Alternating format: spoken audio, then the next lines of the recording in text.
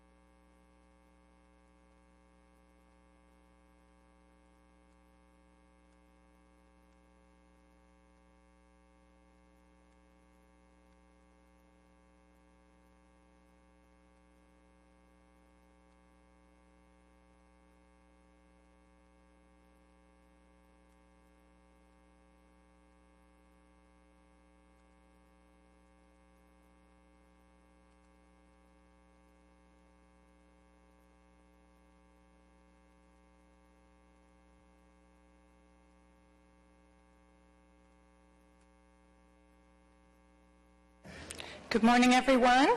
There is a quorum in the room, so I just invite you to take your seats so we can get started. We have a long agenda.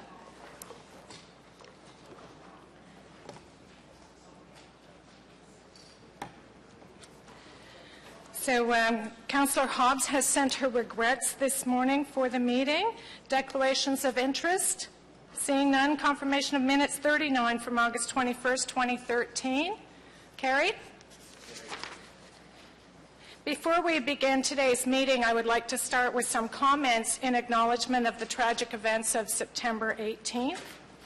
On September 18th, as our Transit Commission meeting was set to begin, we were rocked with the news of a tragic event. Le 18 septembre, nous avons été secoués par l'annonce d'un événement tragique. As the hours progressed, we began to understand the severity of the tragedy. Over the next few weeks, we grieved for the victims, for the injured, for the families, for the friends, co-workers, and peers. We grieved together as a city. We lost 6 of our own, 6 people who represent us all. Nous avions perdu 6 des nôtres, 6 personnes à notre image. We lost individuals who represent what the fabric of this city is sewn from: students, civil servants, brothers, sisters, mothers, and fathers. After attending 5 funerals in 10 days, I learned a great deal about the fine individuals that were lost that morning. Each of them was loved by so many people, and each of them was taken far too soon. We are a great city. We are a strong city. But on September 18th, we were reminded of our own fragility. Nous formons une ville forte, mais la tragédie du 18 septembre nous avons rappelé notre fragilité. To the OC Transpo employees who found themselves on the scene of this tragedy almost immediately, your actions in those initial moments speak volumes to the dedication you have to your fellow operators and to your customers. My sincere thanks for your courage and professionalism. The grief for all of those affected by this tragedy is overwhelming, but so too is the admiration for the first responders, paramedics, fire services, police service, as well as bystanders and passengers on the scene who acted so quickly to assist those in need. I also want to recognize the key role of the City's Office of Emergency Management and Emergency Social Services in providing coordinated and timely support to people affected by the collision. Ottawa Public Health and the Royal Ottawa Mental Health Care Group have partnered to inform residents of the psychological impacts that often follow traumatic events and to provide valuable information on support options and resources to help cope in the wake of such a tragic event. In light of the tragedy, the disbelief, and the grief, there remained a redeeming element. The city came together. Over the past month, I've witnessed only one thing greater than the outpouring of sadness, and that is the outpouring of support. For example, as I sat with 1,300 others for the celebration of Dave Woodard's life, I felt as though I was in a room full of family and friends, and I was. That day, the OC Transpo family showed how close-knit we are. The messages from operators, managers, supervisors, and staff was summed up most eloquently in a personal and touching tribute by Troy Charter. So thank you very much for that, Troy. Today, we will start the process of making changes. I will be adding a new agenda item, number 1, which will be Transportation Safety Board Technical Briefing Observations. I will provide more details when we reach that agenda item. But now I would like to offer the floor to Wayne Watts from QP 5500 to say a few words.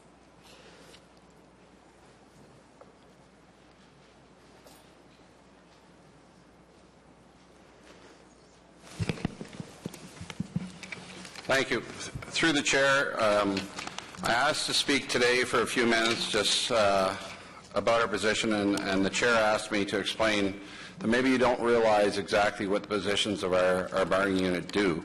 So I'm just going to start quickly just to explain, because though I forgive you, just the same mistake the mayor did. When we have an emergency in the city streets, often the first responders are our transit supervisors, our special constables. They're out there triaging, they're out there daily looking at the events, looking at the people.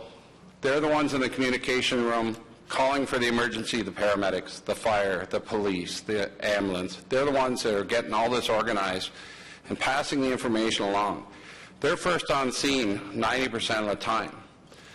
Our supervisors have been out on airport runways, evacuating planes or people down chutes in the buses, been in snowstorms, getting buses unstuck, helping the operators or trained operators, helping the public maintain. We've had 2 special constables last year, heroism awards from the Governor General for saving a person of a burning car. I said, so to let you know who we represent, we do represent the transit supervisors. They're the ones that are out there talking to the public, talking to the operators, coaching the operators, working with them. All supervisors are a driver for a minimum 5 years. All supervisors come from within, so that they have the experience with the City of Ottawa people. Our transit special constables are very important. We know the city and the life around us is changing. We have the swarmings, we have the violence that's out there in Ottawa. They're first on scene, calling for police, calling for assistance, backing up police for looking for missing people. Our fleet division, when we have problems and MTC, grounds fleet, or does an inspection, does things, and there's things that need to be done, it's our frontline fleet supervisors that are out there getting the service out as much as they can on the street, working through the management team. So these are all frontline people, and these are all people from within who dedicate themselves to the citizens of Ottawa and dedicate themselves to OC Transpo. So I just wanted that out there because, I mean, our guys in this event, like many events, were alone for 6 minutes. 6 minutes in a war zone is incredible. I feel for the families, I feel for the employees, I feel for all the ATU drivers and the schedules and the problems that we're having. But we work to try to work with them, and we try to support the drivers out there and support the mechanics and support the citizens of Ottawa and our management team. So on that note, I asked to speak because I actually wanted to thank, I've been here 27 years. I've gone through 9 general managers. If we do the math, that's 1 every 3 years. Sorry, John. But, but I'm hoping it keeps long. And I want to put it out there that we acknowledge, and the members of OC Transpo acknowledge, the management team of OC Transpo. This is the first time I can honestly say, because I'm a shoot from the hip type of guy, that I support this management team, and I like the way they support us. I don't think there's any bridge. We have a right to disagree, but I think I can work with them and we can find solutions. We'll have negotiations in the future. I'm sure we'll work through things. We always have. Somewhere along the line, it's a give and take process, but we'll work together. And it's the first time I honestly can go into that phase knowing that I have a team that work behind us to try to work with us. We're not going to get everyone we want. We're not going to be there. But I also want to give the importance to this bargaining unit and the fact that we are, like I said, the frontline people. We're the ones, we're not the managers, but we're the frontline supervisors. So when the manager dictates an assignment, we're the ones that make sure it gets done. When the complaints come from below, we're the ones that pass it up. So we're needed. I don't want to see this bargaining unit. I'm not going to get into bargaining, but you will be dealing with gapping in the future. I'll leave it at that. I says because you don't want to destroy bargaining that does so much for the public and does so much for the citizens. So I'm proud of this bargaining unit. I'm proud of the team at OC Transpo, and I just wanted to pass that on to you. In case you didn't realize, no, it's our guys. They're there. Before we call in the troops, our guys are already there working on the ground with these professional staff. There isn't a driver at OC Transpo or a mechanic at OC Transpo or a supervisor, anybody in any position, that doesn't really love their job and didn't join because they thought it was a good place to work. I says, we have rough times, but I think times are on the up. So thank you for your time, and I wanted to let you know. Thank you very much, Mr. Watts, for being here. We appreciate it. And I'd now like to call on Craig Watson from ATU 279.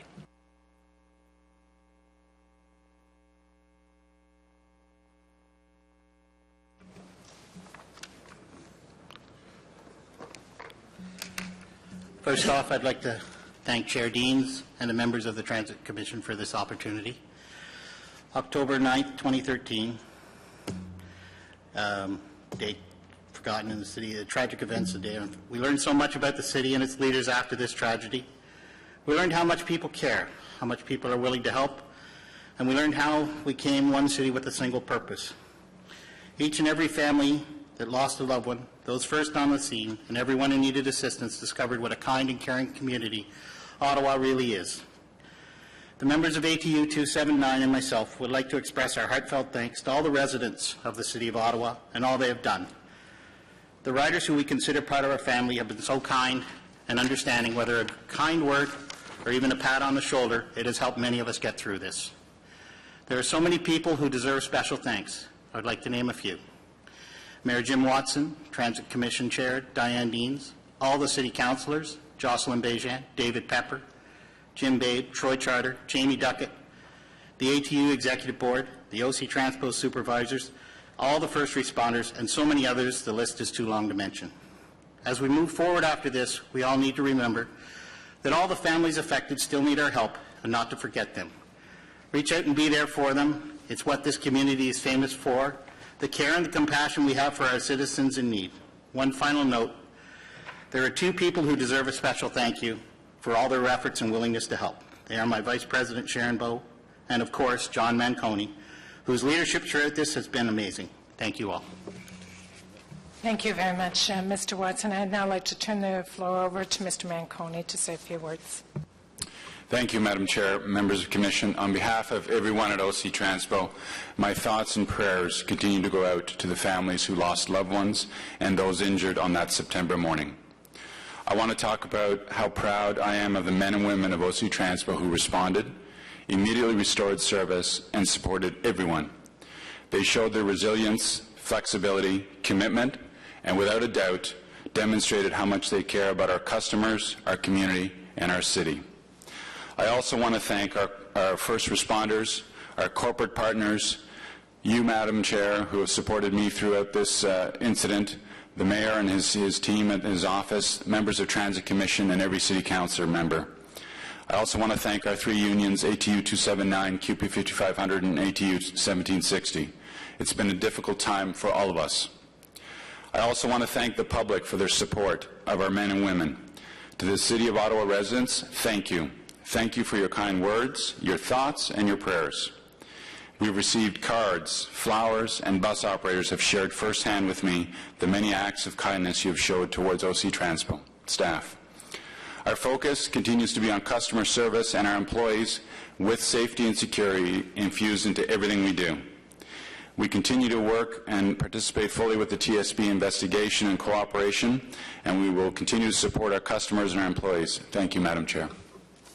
Thank you very much, Mr. Manconi. At this time, I ask that those who are able to please rise and observe a moment of silence in remembrance of the 6 citizens that we lost on September 18th, to hope for the recovery of those who were injured, and to support all of the families and friends affected by this tragedy.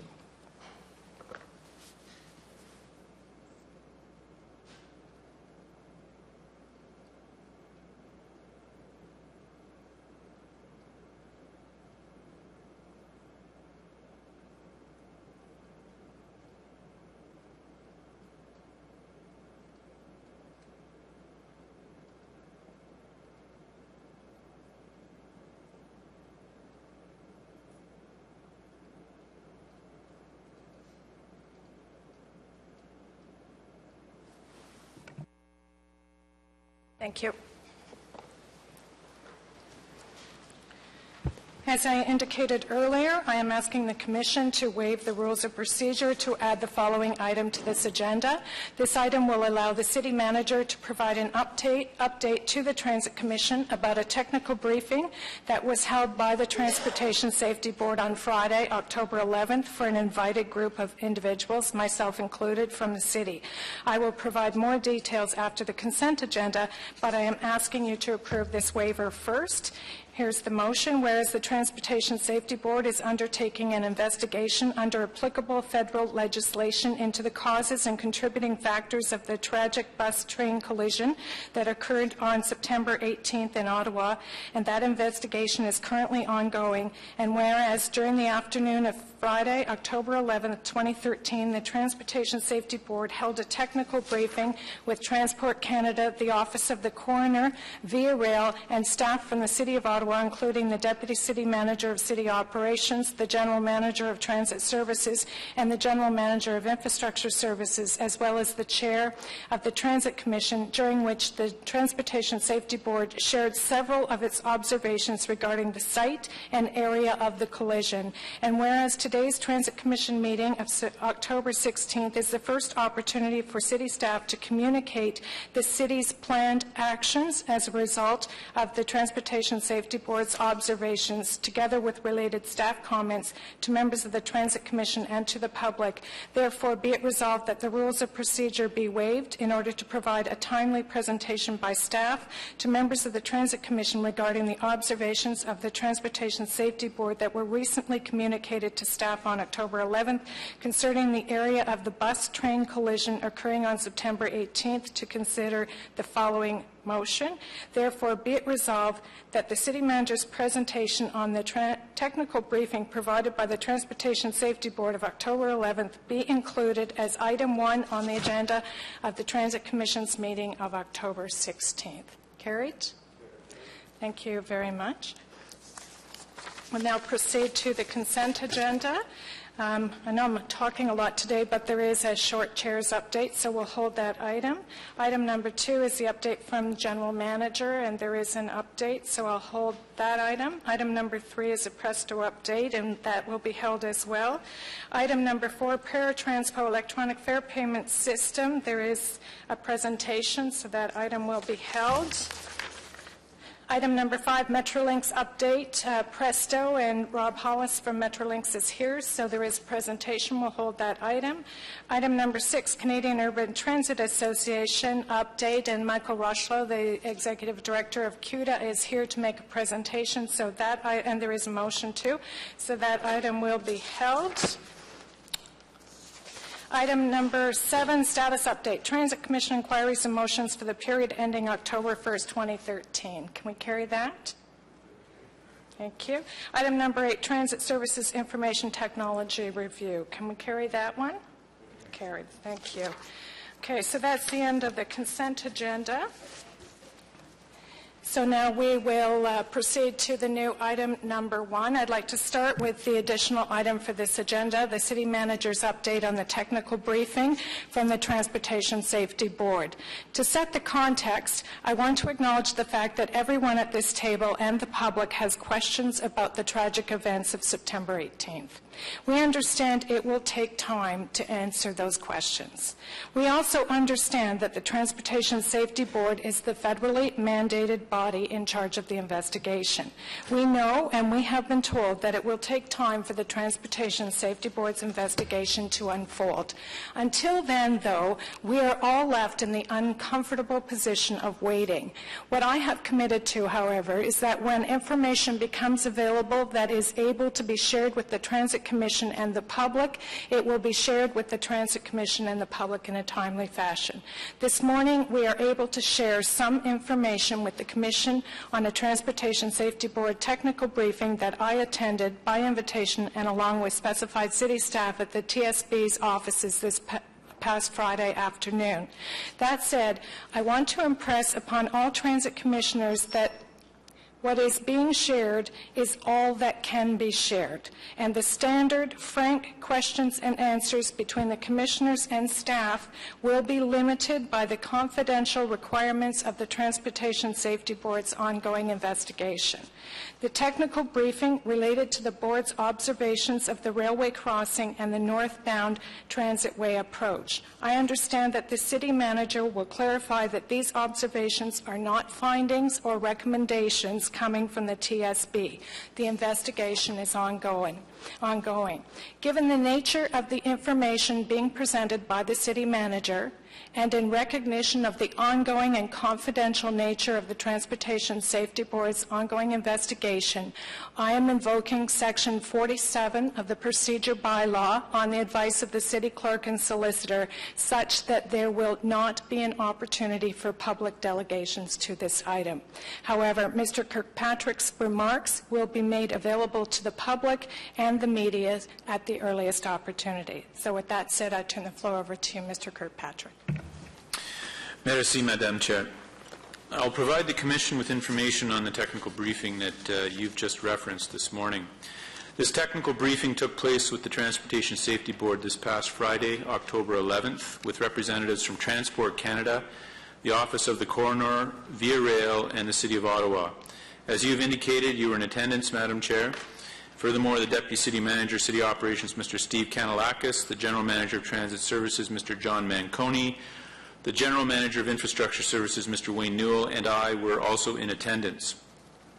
By way of background, I can advise that the City of Ottawa, as represented by OC Transpo, as well as several city departments, has cooperated fully with the authorities investigating the tragic collision of September 18, 2013. The City's attendance at the recent technical briefing by the TSB is but one example of this cooperation and coordination. Other examples include the coordination with the authorities following the collision, the sharing of information, materials, and physical evidence. In addition, the City recently coordinated with the TSB on its site reenactment, which took place on Saturday, September 28, 2013. As the Transit Commission is aware, the TSB is conducting its investigation into the causes and contributing factors of this collision.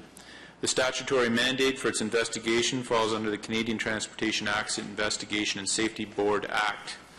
In addition, we understand that the Ottawa Police Service is undertaking its own investigation into the incident, and the City has also been advised by Employment and Social Development Canada that it has initiated an investigation. With respect to the TSB and its federal legislation, the TSB will, in due course, prepare and make available to the public its report on the findings into the causes and contributing factors of the collision, along with any recommendations that it considers appropriate in the interests of transportation safety. As noted at its press conference on Friday, September 20th, 2013, the TSB indicated that its investigation is focusing on the following areas: the bus, the crossing, and the human factors. In addition, the TSB indicated that it would continue to conduct interviews. At that time, the TSB confirmed that its investigation and findings into the cause and contributing factors into the collision will require considerable time and effort, and this is, of course, understandable. The TSB has also stated that if, at any time during its investigation, a safety deficiency is identified that requires immediate attention, it will notify the appropriate authorities and inform the public. On this important point, I can confirm that the City of Ottawa has not received any formal orders or directions from the TSB, nor has the City received any recommendations from the TSB regarding any safety deficiencies. The purpose of my presentation today is to provide you with information on the recent technical briefing and to advise the Transit Commission of some works that the City is undertaking at this location on the Transitway in response.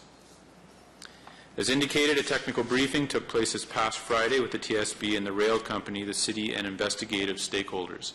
The briefing took place at the TSB's laboratory located at 1901 Research Road and ended late Friday afternoon.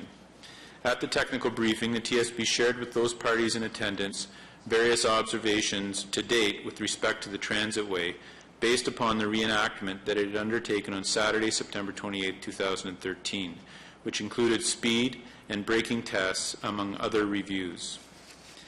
I reiterate that these observations are not orders, directions, or recommendations from the TSB, nor are they to be interpreted at this early stage as being contributing factors or causes of the collision that occurred on September 18th. In effect, they are truly observations by the TSB that are shared with key stakeholders to consider while the investigation continues to run its course. Let me now advise of the staff response to these observations. Upon review, City staff is of the opinion that removal and trimming of some vegetation in the crossing Transitway area may enhance the overall visibility of the crossing and Transitway approaches. Therefore, Forestry Services will be on site today, removing and or relocating some trees and trimming brush. Forestry Services has identified various dead or dying trees that would be removed and will seek to relocate any viable trees.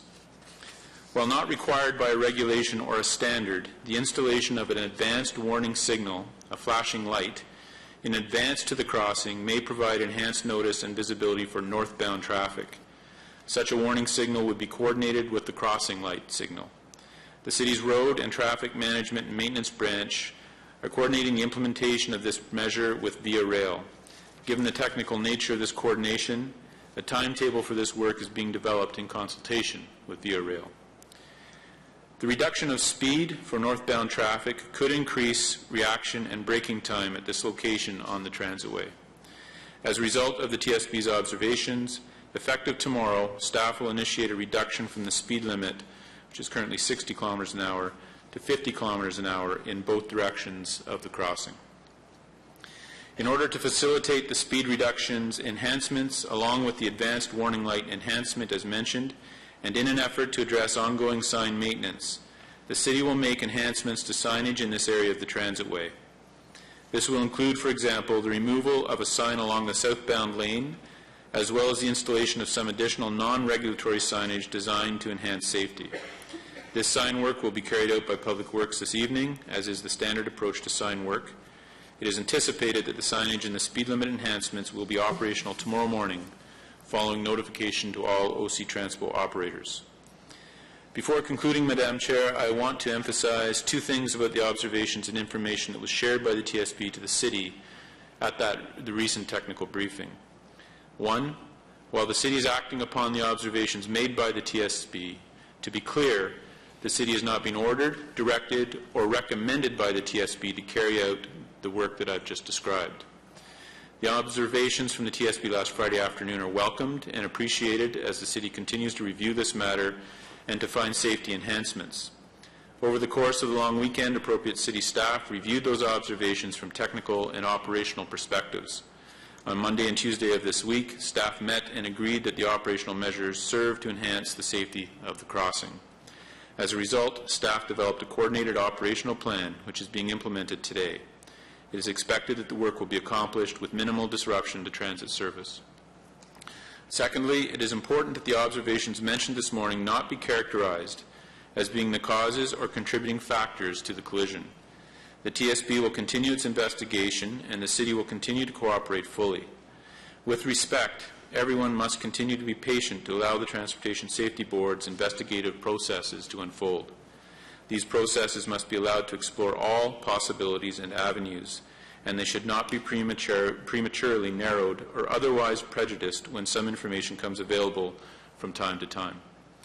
Understandably, at this stage, there are more questions than answers. However, City staff will continue to report to the Transit Commission as more information becomes available on these important processes and questions. Thank you. Merci, Madame Chair. And thank you very much, Mr. Kirkpatrick. Are there any questions?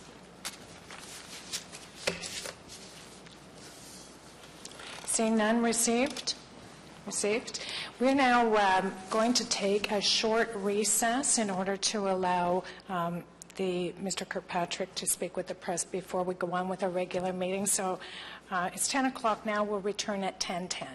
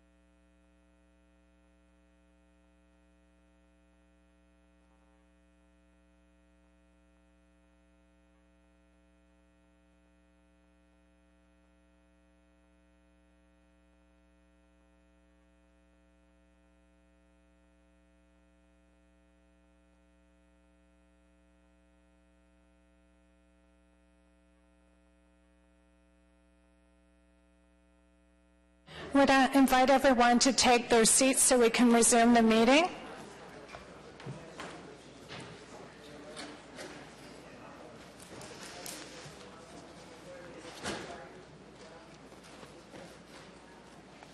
Start with the chair's update. I'd like to provide you with an update on a number of items since the last Transit Commission meeting. On September 5th and September 9th, I was joined by staff to participate in a series of consultation sessions with customers and stakeholders regarding Paratranspo's advanced booking system. These sessions built on consultations that took place with stakeholders earlier this year and provided a valuable opportunity to engage in meaningful conversation and to listen to our customer and stakeholder concerns, experiences, and ideas on how to improve Paratranspo's booking system. Paratranspo is a critical lifeline to many people in this city, so it's important that Paratranspo service is responsive to both our customers and our community's needs. The results of the consultations are being compiled and analyzed by staff and will be shared with the Commission by the end of this year.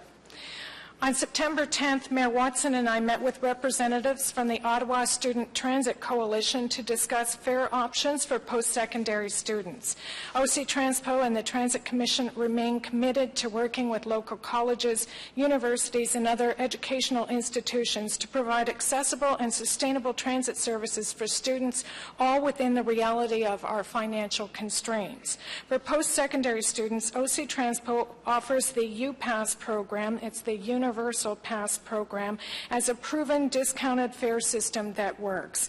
The UPass is an attractive public transit option which is cost neutral to the City of Ottawa taxpayers. Over 50,000 students from Carleton University, the University of Ottawa, and St. Paul University currently use the UPass and benefit from and invest in our public transit system. Over the past year, I've had the opportunity to meet with OC Transpo senior management and the student representatives of Algonquin College and La Cité Collégiale to discuss providing the UPass to its students. OC Transpo and the Transit Commission are strong supporters of extending the UPass initiative to post-secondary institutions, including Algonquin College and La Cité Collégiale, and we would like to see this option presented to students in the form of a referendum. It would be a great success for the Transit Commission as well as Algonquin College and La Cité Collégiale to come to a similar agreement to bring the UPass to its students. Mayor Watson and I advised the Ottawa Student Transit Coalition representatives that we would be happy to meet with representatives from any of the post-secondary institutions to provide more information on the UPass, including introducing a summer year-round UPass to institutions currently participating in the program. That's the end of my update. Are there any questions? Seeing none, received. Mr. Manconi, your update, please. Thank you, Madam Chair. Madam Chair, members of the Commission, I have two updates for you today. The first deals with the Confederation line that I wanted to share some information with you. The update is regarding the decisions recently made by the Commission's Confederation line working group. On October 4th, the working group met and made its final decisions on the train interior, including the seat fabric, upholstery colors, interior grab bars, and stanchion coloring. I'm happy to report that the working group has selected a blue seat fabric with a square pattern that's shown on this picture. The decision is consistent with the current OC Transpo vehicle environments and ensures a seamless transition and customer experience between bus, O-Train, and the Confederation line. With respect to the stanchions, they will be yellow. A picture of the selection is again on the screen. Not only will this provide customers with a consistent experience on our vehicles, but the decision meets the handrail and grab bar requirements of the Accessibility for Ontarians and Disability Act and the Canadian Transportation Agency's Code of Practice. Furthermore, the Canadian Institute for the Blind has recommended yellow as the color as yellow stands out the most. With the interior color scheme selected, Alstom can now move forward in building a mock-up of the train, which will be presented to us next year. Madam Chair, I'm happy to report that the interior design elements of the vehicle has now been firmed up, and I want to thank the working group for the great work that they've done on that. The second update, Madam Chair, is you recall the Transit Commission has asked for a periodic update on our safety and security program, and I wanted to share some information with you. Before I get into the 10-point plan, I also wanted to give you some updates on some of the great work that we've been doing.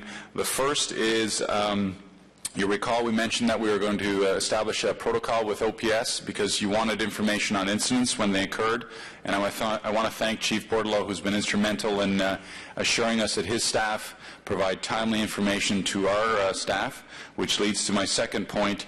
You've requested immediate updates when incidents occur relating to safety and security, and many of you have commented back that the updates we've been providing you through my office have been very beneficial, and that's in direct relation to the information we get from OPS.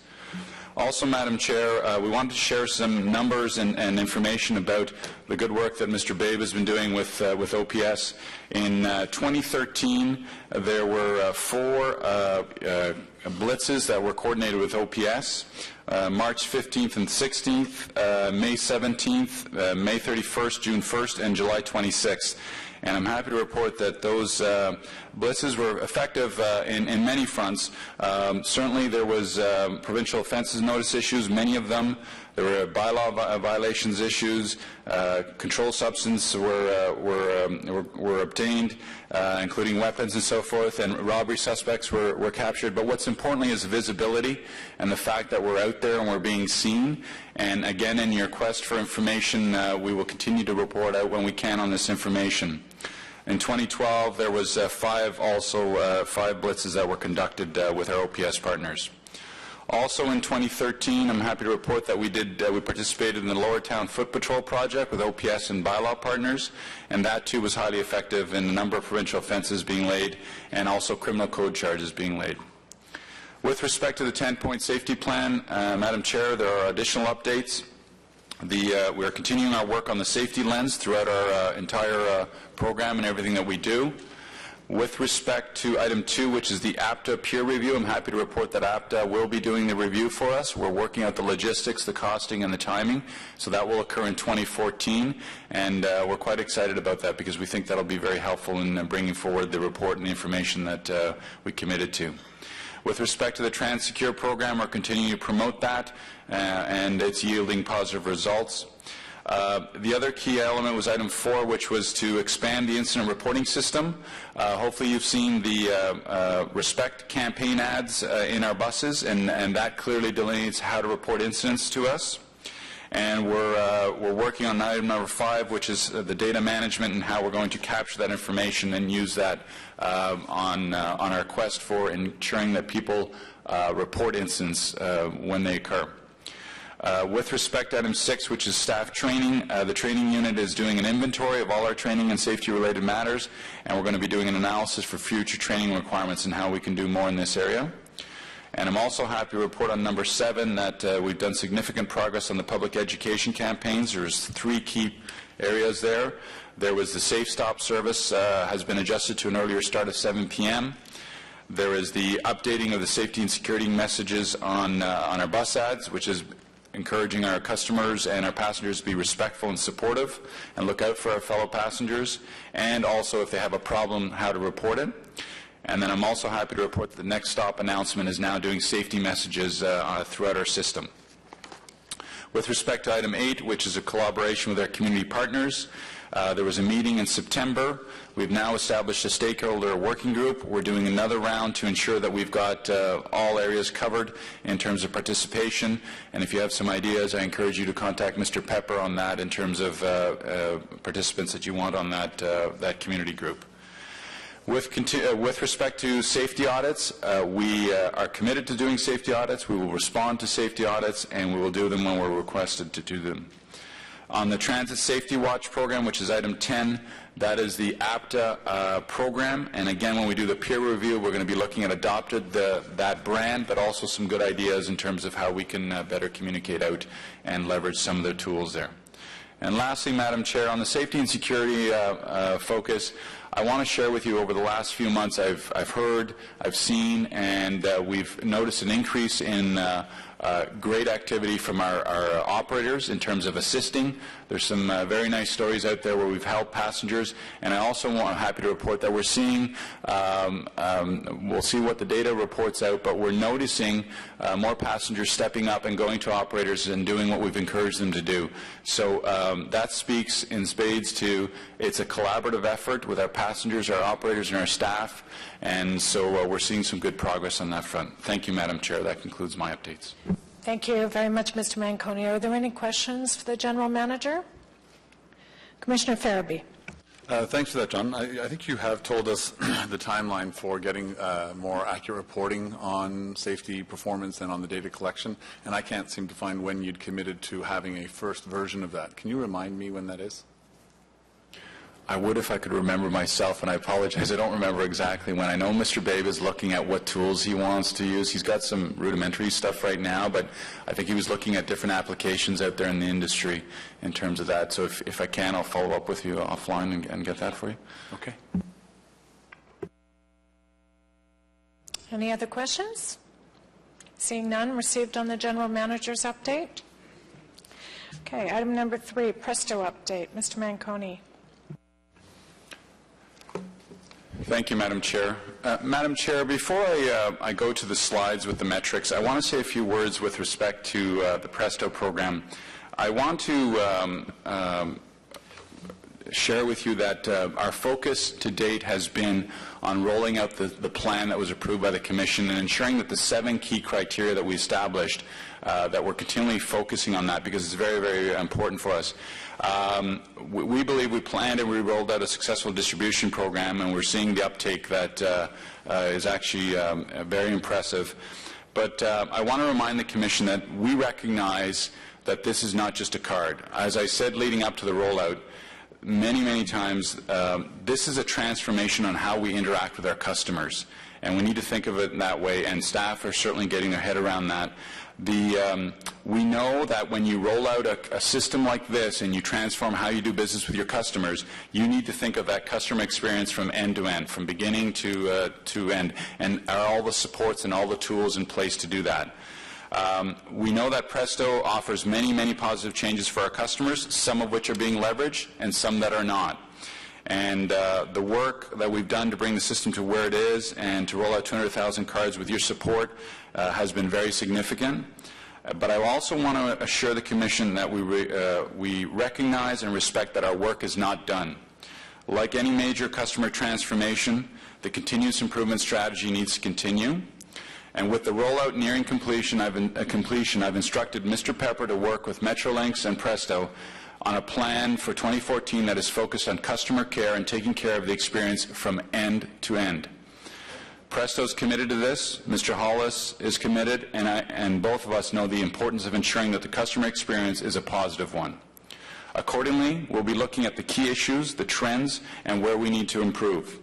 Additionally, we're going to be focusing on assisting our customers to leverage the key benefits of Presto, such as auto reload, which eliminates the need for them to line up. Madam Chair, members of the Commission, I want to assure you that every customer call we receive is an opportunity for us to learn from them and to improve the system. We take their calls very seriously, and our goal every time is to improve the experience and build their loyalty with OC Transpo and use of our payment card system. So, Madam Chair, in terms of the numbers that you've seen in the past, these are updated to October 9th. So in terms of distribution, we're trending very well. We're at over 176,000 cards. In terms of the distribution areas, there's 12% remaining for the targeted group. And our card usage and performance continues its steady climb. We have 121,000 cards in use, 57,000 customers have loaded monthly passes. ePurse is up at 86,000, and happy to report that we've registered 82,000 cards. Number of transactions is over 10 million. In terms of adoption and use, 69% of the cards have been are in use, 46% have been registered, and then 2% are on auto renew, and 2.7% are on auto load, and 1% request to reload. And again, those are the low numbers there are where we want to start going next to get people to leverage those benefits, which basically doesn't require you to interact with us at all. Your system is set. With respect to the overall summary, the two key areas, I want to take a moment to thank the School Transportation Authority and the school boards. We've done some great work with them lately, and we're rolling out in that area, and then also EcoPass holders, that has been rolling out. On the EcoPass front, the federal employees is a large tranche that needs to be finished up, and so we're working with them on that through the rollout plan. So the final phases are the school boards, the EcoPass, and then Paratranspo with today's information report that we've got coming up. The customer experience, as I said in my opening comments, we want customers to remain with us. We will help them. We're going that extra mile, and every single one of the issues, whether they're unique or not, gets logged and is managed and will form the basis of the customer care program that we want to develop. With respect to availability of cards, they're still available, $6 minimum charge for them, and then there's a minimum load for that, and they're available at all those locations, either online or in person. Thank you, Madam Chair. That concludes the presentation. Thank you very much, Mr. Manconi. Before we go to questions, there are two public delegations. I'm going to call them first, starting with Kevin Kinsella. And Mr. Kinsella will be followed by Catherine Gardner.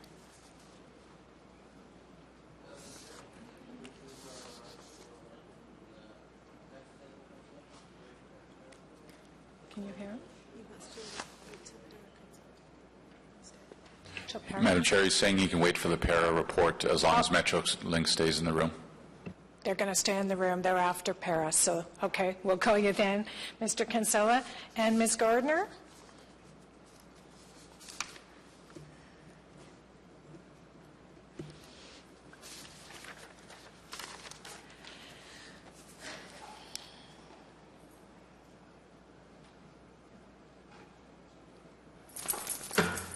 Good morning, Ms. Gardner. You have 5 minutes to address the Commission. Go ahead.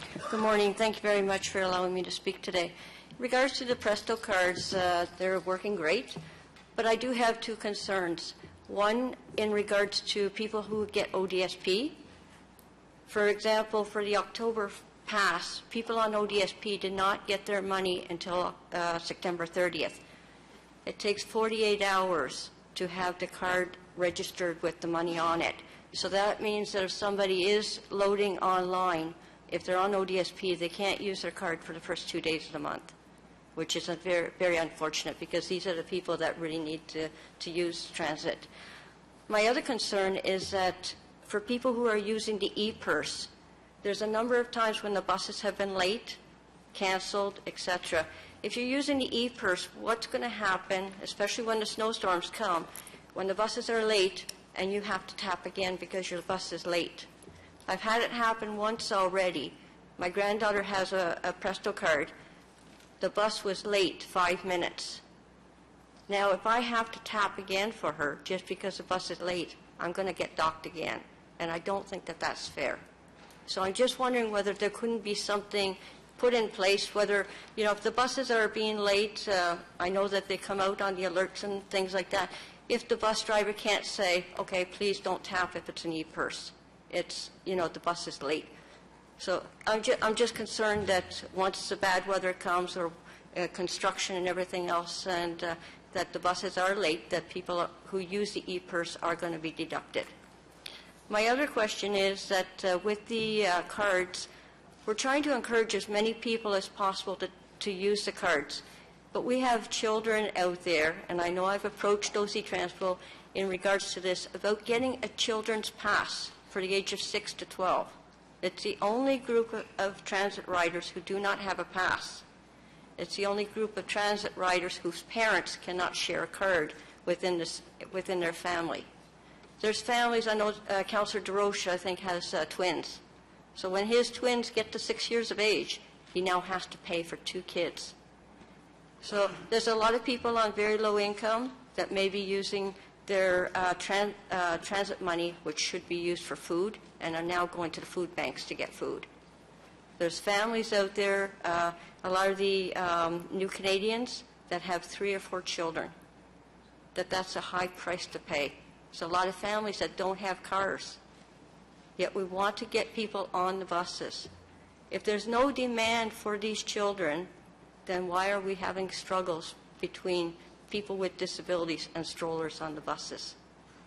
We're trying to encourage students in the colleges to use the buses and learn to use the buses and hopefully not switch to cars. We've got young families who are already using the buses, but once they turn to 6 years of age, we're saying, sorry, pay up now. And maybe those families we're going to start losing because they're going to start getting cars. Thank you very much. Thank you very much, Ms. Gardner. Are there any questions for the delegation?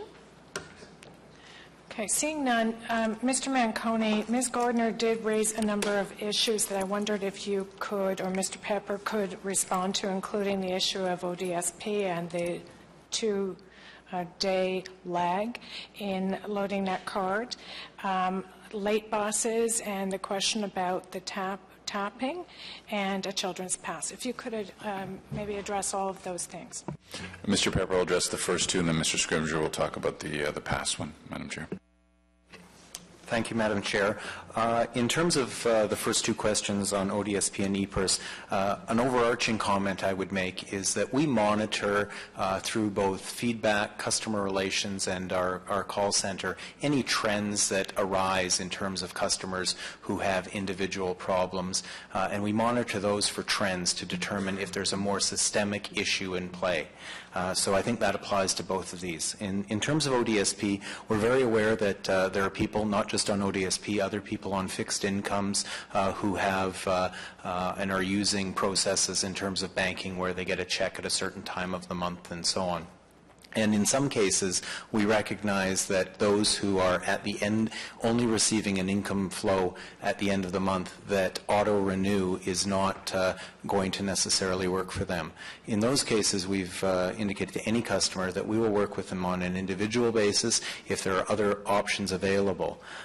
With regard to ODSP, we also, I don't have the numbers in front of me, but a large number of ODSP clients who use our Community Pass, in fact, are in-person customers, and we've been working with them through the transition, and we've discovered that many of them continue to want to do in-person loading. So the problem that was identified is not an issue, because when you buy your pass in person, there is no wait time, it's automatic. On the second question of ePERS and transfer times, OC Transpo has an incredibly generous transfer window, and it's a window that, unlike many transit companies in Canada, is a multi-directional window. You can use your transfer, the 90-minute transfer, and go in any direction, both back and forth. We find that most people are able to carry out their business in a reasonable way within that window. On storm days and days when the service is affected, whether it be shutting down of Mackenzie King Bridge for a bomb scare at National Defense or bad snow days and so on, our operators are very in tune with service, and we, through our control center, make sure that they're aware that transfer times in those cases sometimes are very lenient. We would not want to have operators, if a bus is late, indicate that someone should not tap their ePERS, because that would be the exception to the rule that someone would be over a transfer period, and it would be inappropriate to have that kind of a training across the board, because most people would not be in that situation. If there are individuals who face that very unlikely scenario where they've been delayed on a bus because of a lateness and a reasonable transfer period, we have an electronic fingerprint, if you will, from the Presto card, and they would be able to raise that with our customer service. And in cases when it's a reasonable and OC Transpo error, we would reimburse accordingly. I'll pass it on to Mr. Scrimgeour on the child bus pass. Thanks, David. Madam Chair, the children's fare currently charged in OC Transpo is the lowest of all fares for any group of customers, and has been running at its level, its proportional level in the current arrangement for many years. Up until this point, it's not been practical to price, print, and distribute and maintain an inventory of pass stock for children. There'd be such small demand that it would be very impractical to print them, maintain them. But now that we've got an electronic system, that might now be possible for the first time, because it's just one more code written onto the smart card. There would have to be some decisions taken. For instance, would this be priced to be revenue neutral, or would there be a new funding required in the transit budget to provide additional subsidy to those families who are traveling more frequently than whatever threshold we set? And what would the price be? So the occasion to make that kind of consideration, that kind of direction, would best be in the consideration of the budget coming up later this year, and then that would give us the direction to then figure out how to do it technically. Okay, thank you for those answers, and thank you again, Ms. Gardner, for your presentation. Seeing no further public delegations, we'll now move to questions by commissioners, starting with Commissioner Blowis. Thank you, Madam Chair. Madam Chair, I want to follow up on a couple of things, but first of all, I want to ask a quick question about the Echo Pass that showed up in the slide. In particular, with respect to federal employees, and the slide seems to indicate, and if I'm reading this correctly, we haven't done any site visits. So I guess the distribution is up to people to do their own conversion right now. Is that what's happening? Because we're showing no site visits have happened, and we only have 30% of the federal employees with their Echo Pass have actually registered or converted. Is that correct? No, Madam Chair. In fact, site visits at the federal government began earlier this month. They are targeted at the higher use sites. So there are federal government departments, as we know, throughout the city of Ottawa and in Gatineau, where we might have EcoPass users of less than 100 on a site, so out in some of the farther reaches. In those cases, we've been communicating with EcoPass administrators, providing some of the nearer sites for people to choose from. But we've also offered those employees the opportunity to email OC Transpo and have their card sent to them directly. Throughout the month, as well as previously, federal EcoPass holders have also had the option, which many have exercised, to go to a sales and information center and pick up their card. The other analysis that we've been doing, subject to some confirmation, but based on other trends in terms of increased card use, we are of the view that there are probably a reasonable number of federal EcoPass holders who took the opportunity to obtain their no-fee Presto card during our rollout period between back in January with our Next On program, and then subsequently since May. So we're not too concerned that the number is low, in that those that need to access it will be able to do it through a number of streams, whether it be in person at their work site if they're part of a large group, through email, and they've received a letter to that effect from OC Transpo, or through a sales and information office, which will be available to them after October 31st for a period of time. But if I read the slide correctly, though, federal employees are the largest group, and we worked hard with the federal government to get them to cooperate with us when they said their system couldn't handle it. So 70% of the Echo Pass users are federal government employees, but only 30% have actually switched over to the Presto card. Is that correct? No, 30% have used this distribution channel. We are we're convinced, based on other usage, that number of the 17,000 federal EcoPass holders, that a number of them have already obtained their no-fee Presto card, are sitting on it until their EcoPass card expires on November 1st, and will then use it at that time. Okay. I want to move on to something else, and I know we preach customer service. The practice has been with the old passes that there's a period of grace or a day of grace, and the operators have certainly used that opportunity. They've been well trained in it in terms of when somebody's pass has expired at the end of the month, the first day, there's a latitude there. That seems to have gone out the window with the Presto Pass. And ironically, the examples I've brought forward are where if it was the end of the month and I'm putting money in online the night before, because on tomorrow morning I'm going to get on that bus with my monthly pass. It will not be loaded yet, and yet, so my card will be charged, will be charged for that ride, and then eventually the money shows up, but I'm out the equivalent to one ride. And this is happening with students, this is happening with regular fare users. Is that a policy that's OC Transpo, or is it Metrolinx? Madam Chair, I think I need clarification on which policy you're referring to. The day of grace. That your email to me says that we're phasing out the day of grace. In fact, as people encounter that now, they are being charged for the ride like a cash fare on their card, in addition to the loading of the monthly fee. Madam Chair, I understand.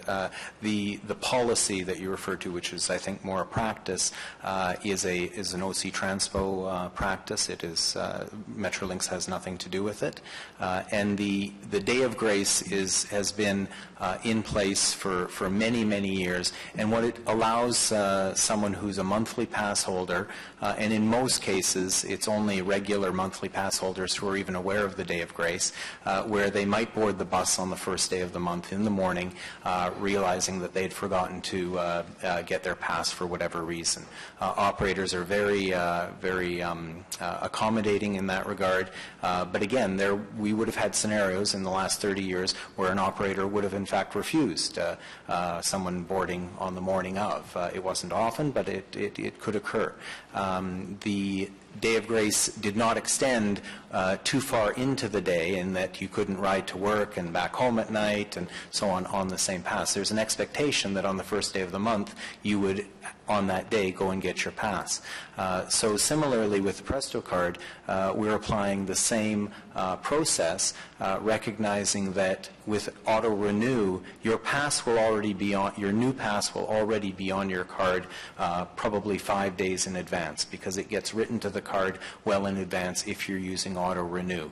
If you've forgotten to or have not signed up for auto renew, your other option is to go to a sales office and buy a monthly pass. So on boarding that morning, if your card is registered, you would tap, and yes, you would be using the overdraft feature that is a feature of the Presto card, and charged accordingly.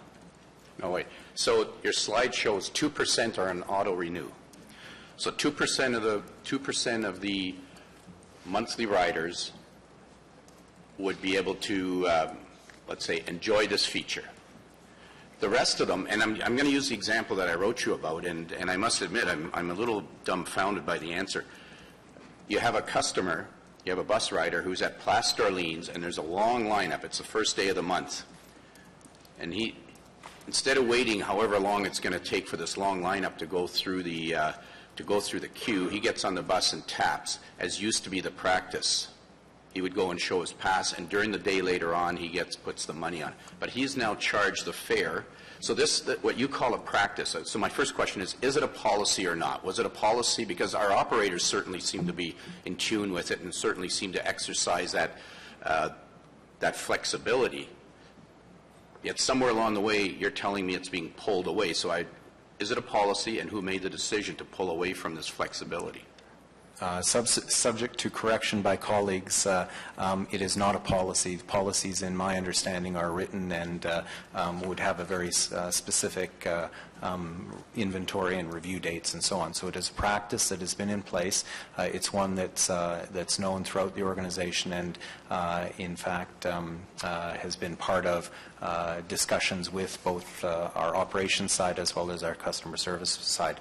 In terms of moving forward with the Presto card, if you look to see where the decision is made to stop exercising the day of grace, during the Presto implementation and the rollout, we in fact have maintained a day of grace and will continue to do so until we know that we have a comfort level with our users. However, if people who are regular Presto card users boarding a bus on the first day of the month, there is an expectation that they will have done they'll have three options. One, they can be refused entry, which is not our desired state.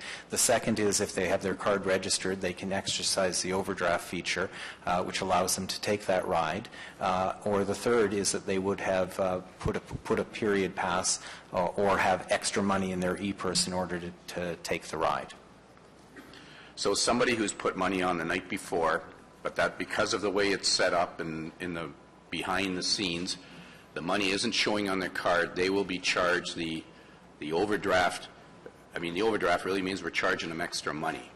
Extra 25 cents, that's correct. And that would be, you've got 2% of the customers right now on auto reload, or maybe 4%. There's two different categories. Somewhere along the way, we are losing that customer-oriented focus that we had before. And Mr. Manconi, so back to you. There are lots of examples there. I'll give you. Here's the other feature, of course. The other somebody who wants to convert their card. Let's say you've got an express pass. You want to convert to regular. You're not even allowed to do that until the last day, until that card has expired. So the only way you could make an instant conversion is by showing up at one of your kiosks or at City Hall. At City Hall, the lineup for the Presto is out the door sometimes, whereas the one for there were two lineups still. The one for the paper one was basically one or two people. It was like a lonely person working there. So somewhere along the way, we're losing focus on, we're trying to push people onto Presto, which is the right thing to do, but we're doing it in a heavy-handed way. So somewhere along the way, somebody's made a decision to get away from this period of grace. And that period of grace, I think, is something that customers appreciate, especially when their card doesn't load instantly, as it does now, or as it doesn't do now. Madam Chair, I agree with a lot of what the councillor is talking about, and I think we just need to reframe it a little bit. We're still in that grace period. The focus has been and will continue to be the customer experience and customer service.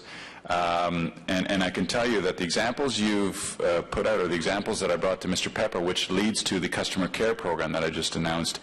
Because my question, too, is why are the lineups so long? Mm-hmm. And the lineups are long is because the customers aren't taking advantage of the features that says you don't have to go and line up. And we need to understand that to say, why are people still going to line up? Is it they're concerned about the system, it's not user-friendly on the website or whatever. So, yes, the grace period still exists, and the focus that we have to do is we have to do a couple things. We're fixing the 24-hour period, which will answer part of your question. We're going to start to understand why is it people are still choosing to go line up when it's all automated. You could do auto-renew or auto-reload. And then we package that all up together, and once we see people going that direction, then we can back off on the grace period thing. If you have every channel available and every opportunity to have your monthly pass there, or with some supplement e-purse, as I was telling somebody the other day, if you have your monthly pass on auto-reload, and you have some spare e-purse on your Presto card, you never have to see us or talk to us ever again. And you're fine. And you can travel and you can bring passengers with you, you can share your card, you can bring your family with you and so forth. So if that's not occurring, the question I put to the team is why do we still see lineups and why aren't people seeing it that way? And we're challenging ourselves to go to the next tranche of we rolled out 200,000 cards in a very short period of time. We have an engaged customer base, and now we're going to make that experience even better for them. So I'm agreeing with what you're saying, Councillor. It's a complicated process that we need to put together, but the focus is the customer experience. Okay, well, my last comment is the customer experience is certainly turned sour when they get an extra charge. So when they get an extra charge on their card over and above their monthly pass, and in part because our system, I know you're going to fix it, but the system is not loading instantly on their account. So as long as that exists, we should be maintaining this. And if it takes a motion to do that, I'll gladly put the motion forward. It's all about customer service, and that's what we're here for.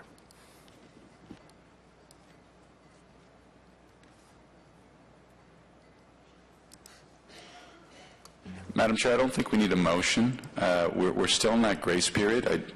I'd like to spend some time more with Mr. Pepper and the team to say when does the grace period come off. Because remembering, one of the commitments I made to the Transit Commission was that we were not going to be heavy-handed on enforcement and so forth. We're going to take a balanced approach, and I know that we've done that. Our operators have commented, and the operators are trying to do that balance with us too.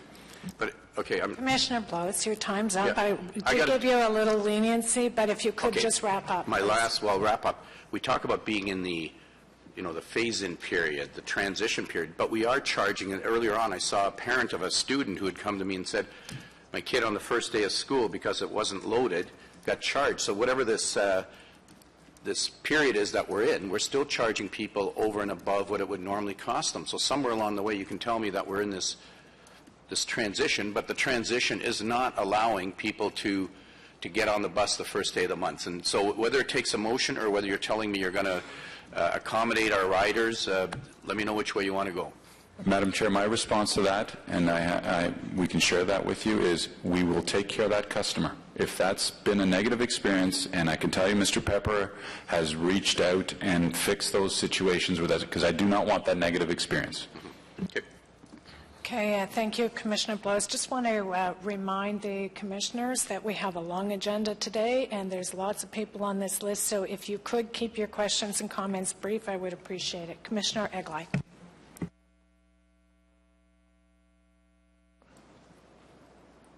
Thank you. Thank you very much. Let me try and tackle this problem in a slightly more positive way. And again, Mr. Manconi, I know you don't like time questions, and I appreciate why. And you're always forthright with us about the challenges of getting things done and the schedules assigned to those things. But can you give us an update on where we are on fixing that problem, the problem being the gap between the loading and when the card is actually engaged? Last time I think you had said it was a priority for Metrolinx to get this fixed, and just wondering where we are in those discussions. We're there.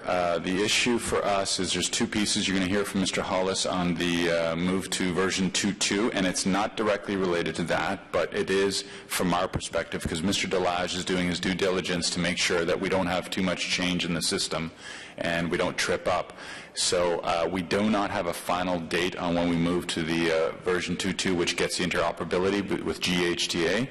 But at the same time, Mr. Delage is layering in that update on that piece. So it could be before the year end. That's the optimistic outlook that we have right now.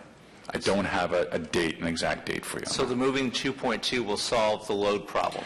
No, the moving to 2.2 is work that needs to be done, and when you're doing changes to a system, you don't want to do too much change at once. So Mr. Delage has mapped out the update to, I believe, getting it down to 4 hours rather than the 24-hour period. It's a question of when do you do that? Do you do that before? Do you do it during the 2.2, or do you do it after? So he's sequencing all that out with Metrolinx right now. So if I can help you here, the good news is you have a solution. The issue is when we implement the solution. Is that the way to put it? Madam Chair, the 2.2 enabled us to activate the functionality to get 4 hours. We have to do testing as to when we're going to do that on the bus to ensure that we have the system responding properly. So we need to do that probably during deadheading, layover when the bus is there. We could not do that right in the middle of the trip. So we are looking with Metrolink is the enabler, and after that with Clever Device we're going to devise a mean to achieve that, with no inconvenience for the riders. Well, that would be a great Christmas present if you could get it done by the end of the year for the riders. Second quick question is, I'm disturbed or concerned by the low numbers of people that are on the reload. That was one of the big features of Presto, one of the selling features that you made to us and Metrolinx made to us and the council as a whole. Is there any thought, do we have a substantive plan going forward as to how we bring that 2% closer to 100%? I don't know if you'll ever achieve 100%, but that's the mission that Mr. Pepper's been given. Go out and find out why they're not leveraging that feature. There is, as you recall during the rollout, he was forward-thinking enough to ask people if we could contact them as a follow-up, as a customer base. He's going to be doing that and asking them why aren't you using these features, and we got to mine out why they're not, and then we'll have a strategy on that.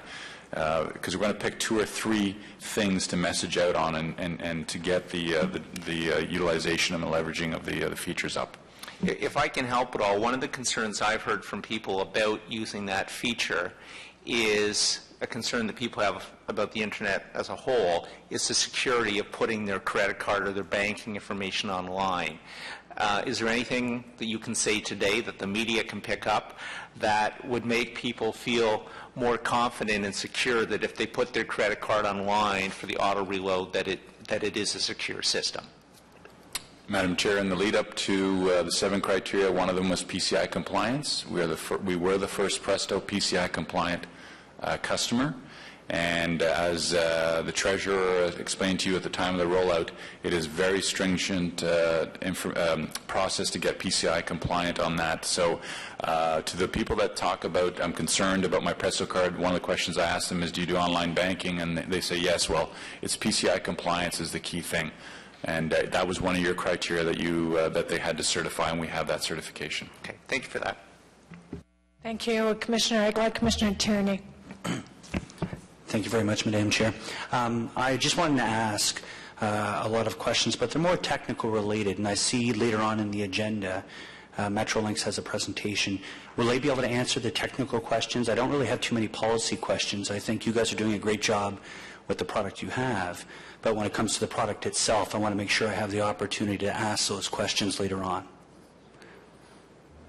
Commissioner, I think that would be appropriate to put those questions to Metrolinx. Great, thank you very much. Thank you. Commissioner Crew. Thank you, Madam Chair.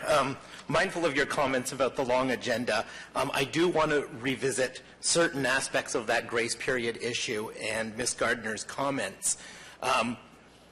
Certainly I understand that the expectation is that customers will go out and have their new monthly pass reloaded in time in advance they can get. I think what I'm hearing from Ms. Gardner, though, is that where our clients that are on ODSP are only getting their money on the last day of the month, typically those clients are not going to be in a position that they're going to be comfortable setting up an auto reload to pay for a pass where they haven't yet received their money from the government. There was also the suggestion that the vast majority of people that are using that pass have a regular monthly pass, and that many of them load online in person. I recognize that there's going to be, not a one-for-one, of course, but some correlation between those people facing mobility issues, and some of those people will be the people that are on DSP.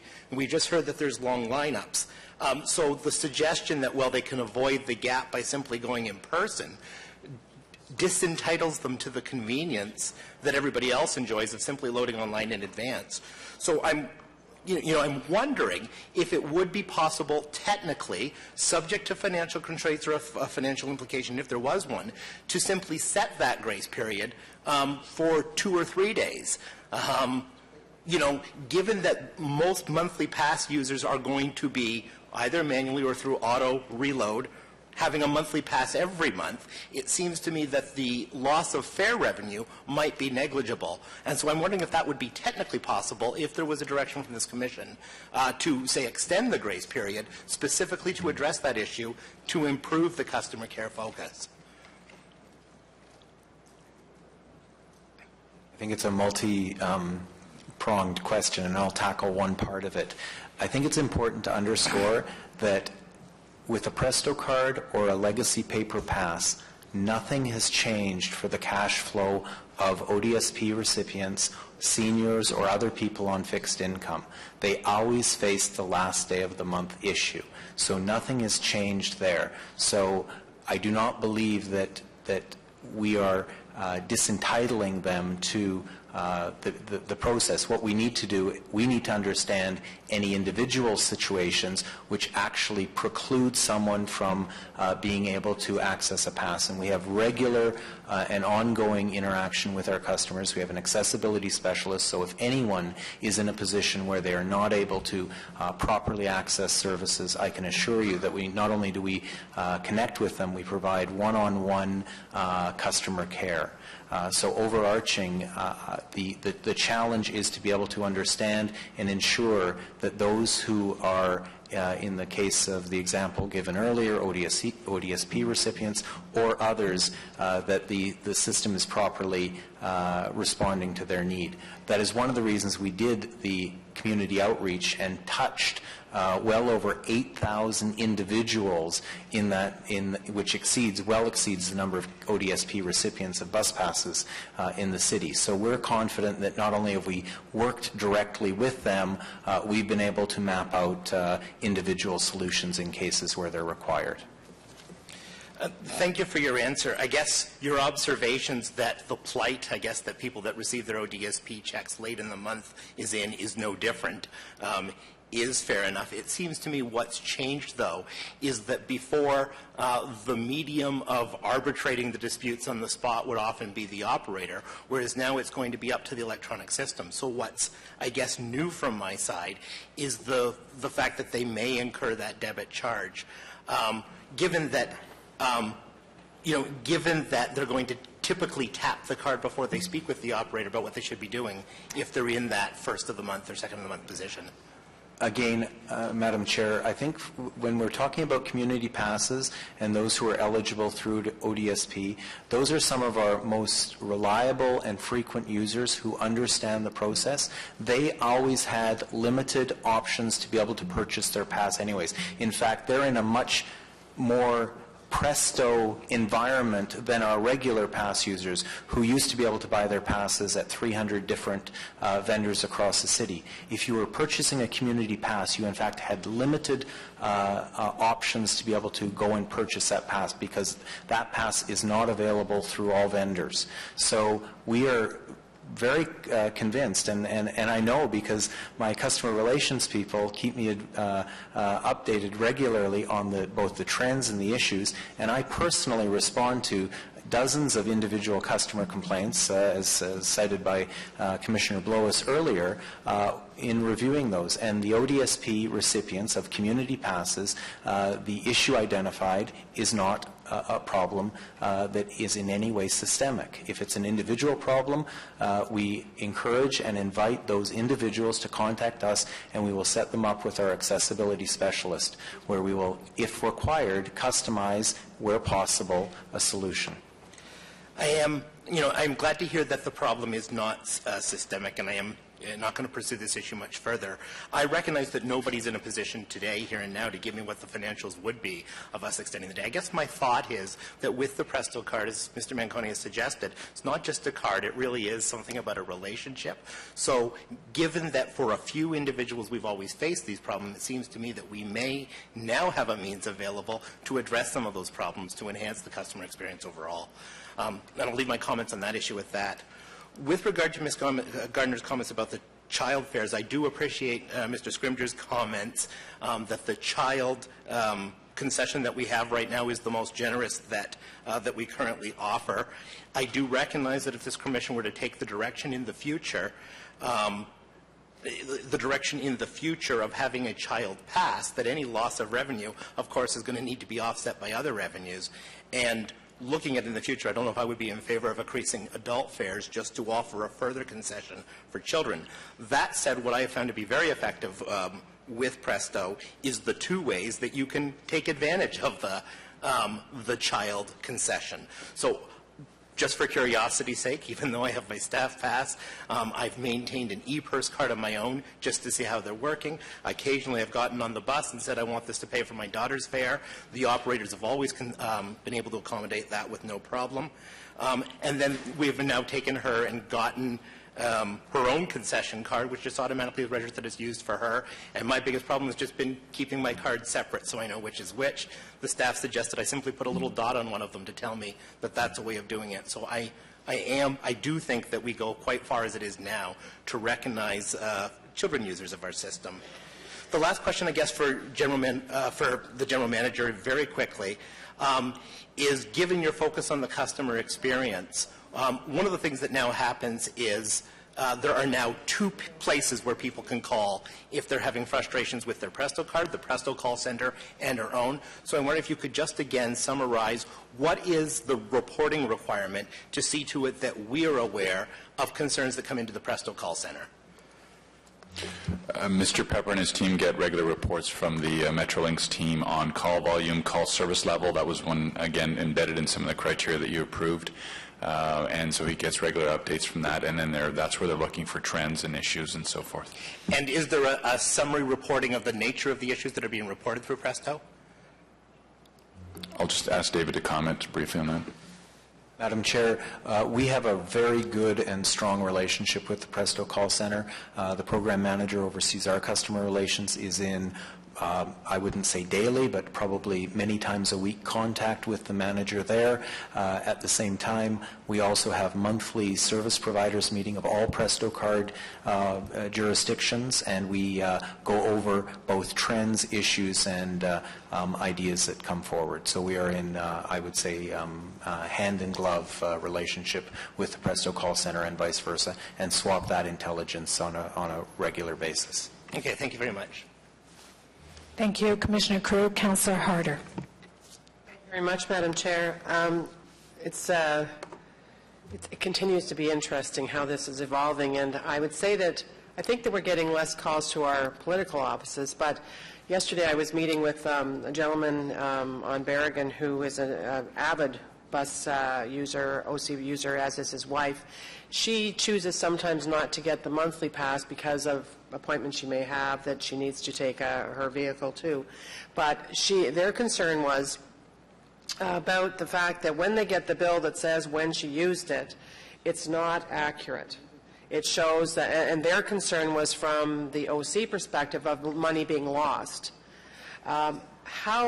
How are we managing to monitor that? For example, she always takes an express bus when she takes it, but on her bill, she often sees 95, 94, that sort of thing. So in her mind, OC Transpo is collecting less money from her for that ride. So is there a mechanism to pick that up, or how is that monitored? Or you know what, maybe you just send me an email, because it's probably a very long answer. And I'd like to have David follow up directly with you, Councillor. That's sure, but maybe share with everybody, because it's, I think it's relative. I'm sure everybody around the table will be interested.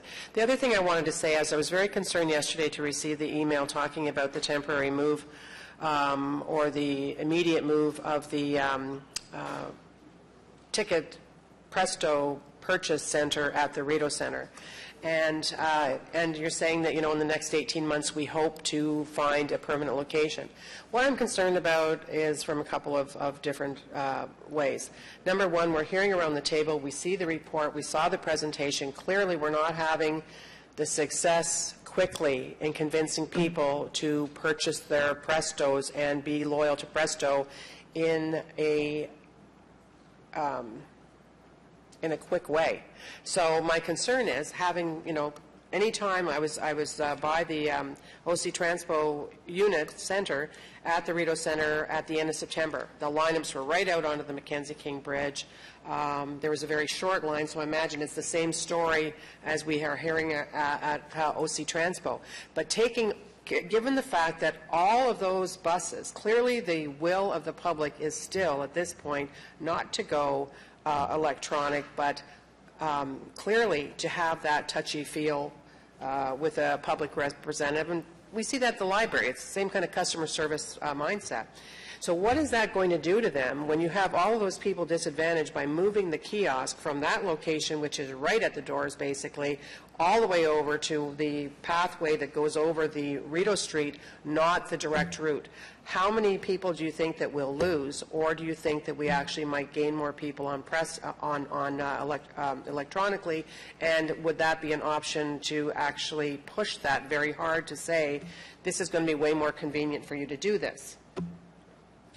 Madam Chair, I'll turn over to David in a second, but I just want to emphasize that we're going to push people to the electronic as much as we can, and I'm glad you brought up the analogy of the library. Some people at the end of the day want to do that person-to-person experience, and there's nothing wrong with that. But I don't want to mix in the relocation with the strategy to push people there. That was already pre-planned to push people electronically. In terms of the relocation, I know that David, the team, and the real estate team at the Rideau Center have done some really good thinking about how we're going to get people to know where the service kiosk is and so forth. So David, just a few comments on that, please. Thank you, Madam Chair. The move of the Rideau Centre sales office was unexpected on our part. We were given notice by the landlords at the Rideau Centre because of the expansion there, and it's the Nordstrom store that's expanding in the old Sears space that had a direct impact, and so all of that area has been reclaimed by that new operation. We are very pleased, actually, at the solution that was proposed by the Rideau Centre for a new space, because, in fact, it's not only a high-traffic location, it's at the top of the escalators from one of the main entrances, and we can't disregard that Rideau Street is also a main transit hub. So whereas we had people currently who had to go from Rideau Street to Mackenzie King Bridge, we have it the opposite. The volumes are different, absolutely, but well, they're grossly different. Grossly different. I mean, anybody that is like where Councillor Dean's and mine and Councillor Blois's office is, we look out at rush hour traffic and where it's happening and is on that bridge. Can I just, before you go further, sure. I just want to ask a question about logistics. Is there, and maybe there is, I don't attend every transit commission, so this is my last question, I promise, but just to put it out there. And another, the analogy with the library, with the automatic checkouts, etc. So say, or with the parking kiosk downstairs or at the airport, you have your ticket, you put it in. Is there such a machine or a set of machines that rather than moving the entire kiosk, we could have those in place for convenience for the people that just are jumping off the bus, they're on their way to connect, whatever, they pop in their Presto card, it pulls out, they put in their credit card, bingo, boom. Is there such a machine? Because we have that in the libraries now. That's why again, it's that whole customer service.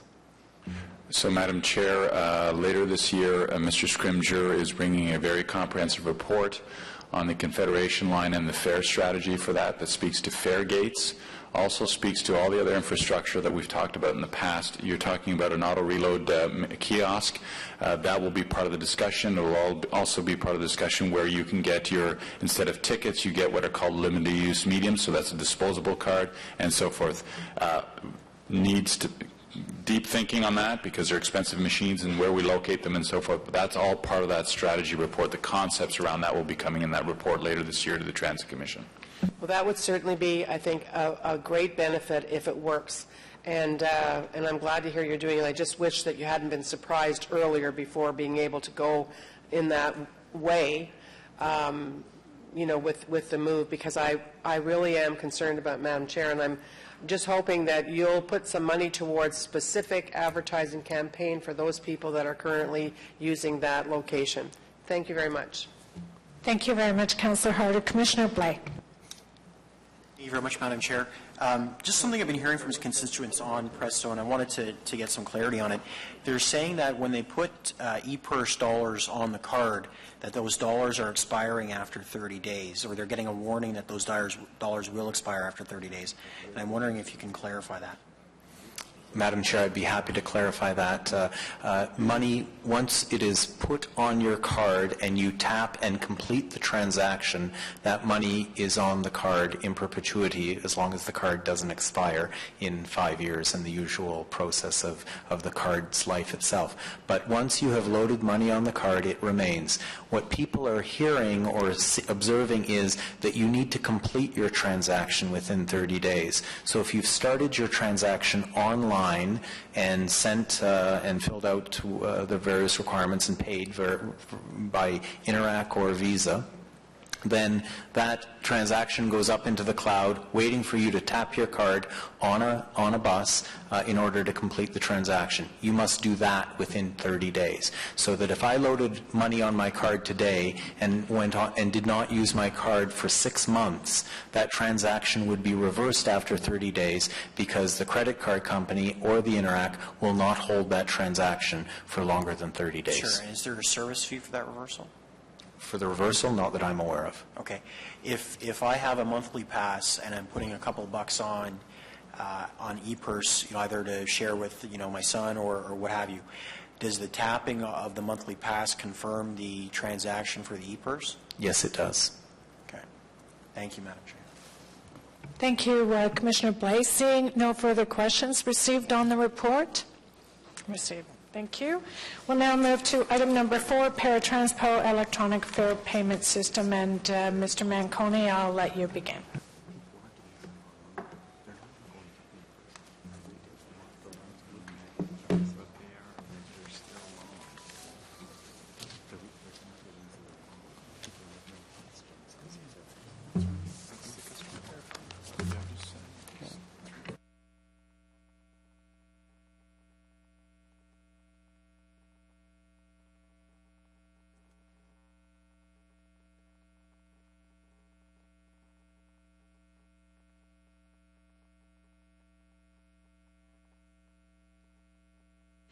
Madam Chair, Mr. Charter is going to provide you with a presentation on this report.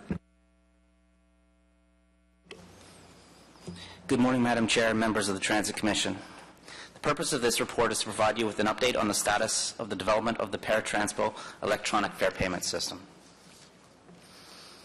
As you recall, in May of last year, Transit Services identified the development of an electronic fare payment system for Paratranspo as a departmental priority.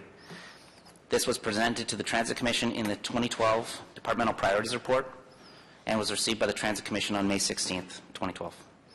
Furthermore, earlier this year, at the February 20th and April 17th Transit Commission meetings, staff provided an update on the status of the development of the system, including a high-level overview of our customer and stakeholder engagement strategy. As I mentioned, we're here today to provide you with an update on the system, including the results of our stakeholder consultations, the features of the system, which were developed based on customer feedback, and the next steps regarding system development and implementation. We've heard from our customers that they want a fare payment system that offers similar functionality to the Presto smart card system. Our goal is to improve the customer experience by providing more options for our customers to choose from to pay for their fares. This new system will provide customers with a flexible, convenient, and secure means to purchase their fares that will also be inclusive for persons with varying disabilities. One of the key benefits of the system is that it will seamlessly integrate with Paratranspo's scheduling and reservation software, which means that many of our customers will not have to carry any fare with them while traveling on Paratranspo. Another major benefit of this customized solution is that it is compatible with Paratranspo's service delivery model, which includes a mix of Paratranspo's owned and operated minibuses and contracted taxis.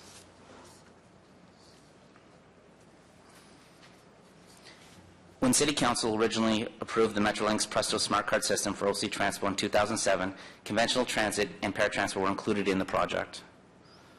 OC Transpo has continued to engage Presto in discussions to develop a solution tailored to Paratranspo needs, but to date, Presto does not have a paratransit solution. While Metrolinx has expressed a desire to create a solution for the paratransit industry, there is no timeline for when a solution will be available. Ottawa is not unique in facing challenges with introducing a smart card system for our paratransit system. Numerous transit agencies, including the transit systems involved in the Metrolinx Presto project and other properties such as Montreal with the Opus and Gatineau with the Multicard, are all facing difficulties in providing similar smart card technology on their paratransit systems. In addition to the fact that there currently is no Presto solution for paratransit systems, Paratranspo's service delivery model also poses some difficulties in implementing a tap-based smart card system. Again, we're not unique in this regard. Paratranspo provides its service using 91 owned and operated minibuses and a contracted service of up to 80 taxis. One of the constraints in implementing Presto on Paratranspo is the fact that we utilize up to 80 taxis at any given time out of a fleet of approximately 1,000 vehicles.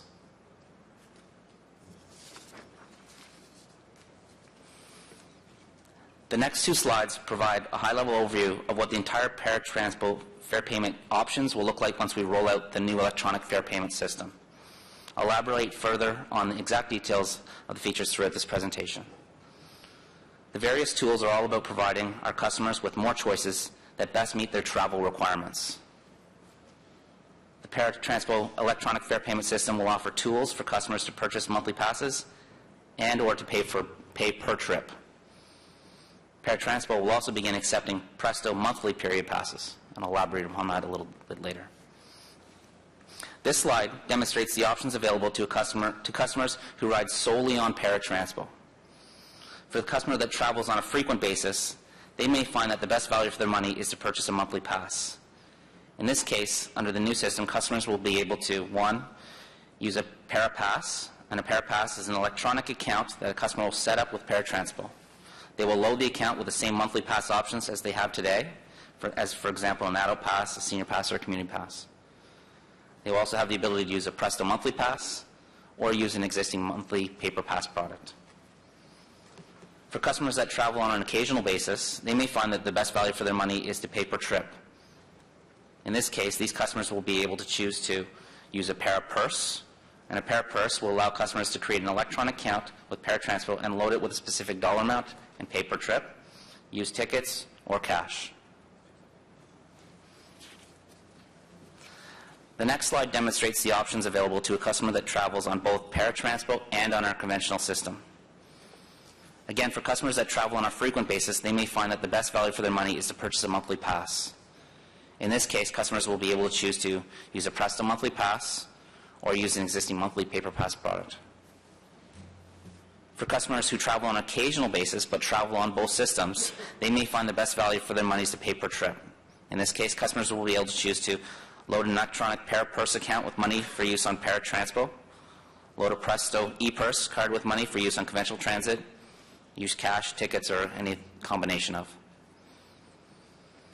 While the Paratranspo electronic fare payment solution applies solely to Paratranspo customers, it is important to note that companions will be able to utilize the Presto monthly period pass to pay for their trip while on Paratranspo. Additionally, a Paratranspo customer can pay for their companion's fare by using a Parapurse account.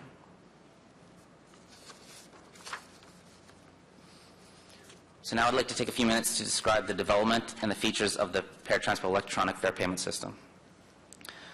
Transit Services has been working closely with Trapeze, who is a leader in the public transportation software industry, and the foundation of Paratranspo's IT system developed this new fare payment system. Paratranspo has a long-standing relationship with Trapeze and has partnered with them since 1999 and uses a variety of their products already, including the scheduling and reservations software, as previously mentioned. The use of Trapeze will also provide seamless functionality with other customer service improvements, including online and RVR booking, which were approved by the Transit Commission on June 19th of this year. Building upon the success of previous stakeholder consultations, Paratranspo undertook consultations between May 14th and June 7th of this year to seek input and ideas from customers and stakeholders with respect to the features that they would like included in the electronic fare payment system. We are confident that the features incorporated in the system are the best options available to provide our customers with a more flexible and convenient fare payment system. In developing the features of the system, Paratranspo has closely considered the ideas, suggestions, and concerns raised by our customers and stakeholders alike.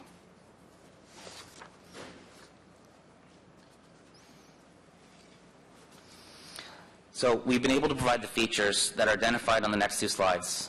These features were identified as priorities by our customers during the stakeholder consultations.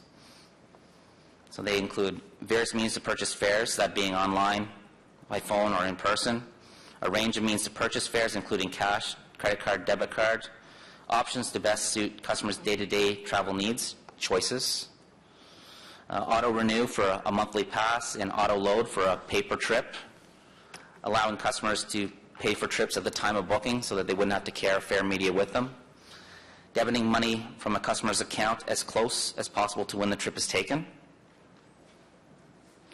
returning money to a customer's account as soon as possible following the cancellation of a trip, the capacity for a discounted fare structure similar to that of the Presto e-purse, a safeguarded online system that is PCI compliant, simple and safe access to travel history and account activity, the ability to apply for a tax rebate for eligible trips, assistance for individuals who are not familiar with using the internet and computers, and some customers identified that they would like OC Transpo to maintain the current fare payment options, that being the monthly paper passes, cash, and the ability to use tickets. You'll note that there are two features described as partially providing the solution. Both of these limitations relate to the pay-per-trip function of the new system, and I'll discuss these shortly.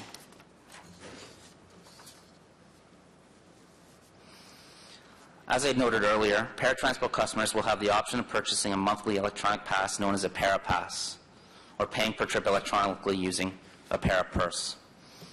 With the Parapass, customers will load their account with a monthly pass, and they will also have the option to register for an automatic renewal of their monthly pass.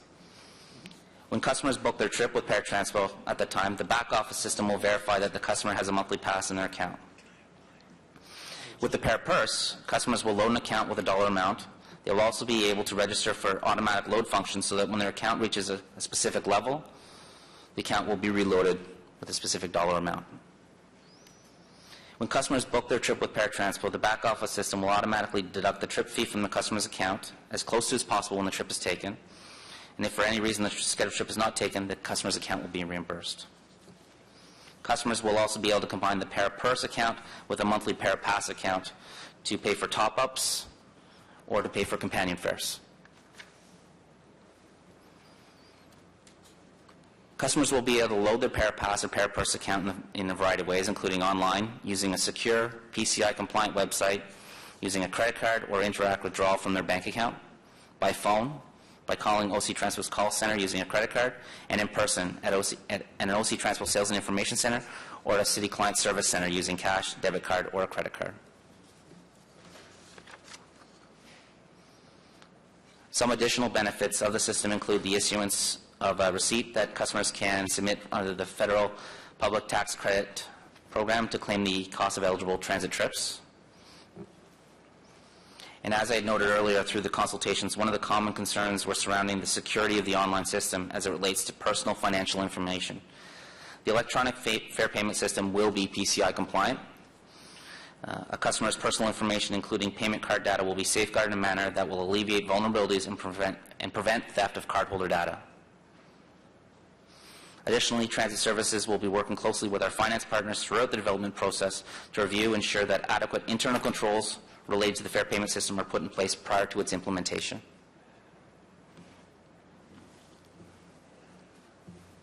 While the new electronic fare payment system takes a step forward in providing our customers with added flexibility and benefits to the customer service experience, some of our customers have expressed concerns that the Paratranspo system does not integrate with the Presto system that is offered on conventional transit.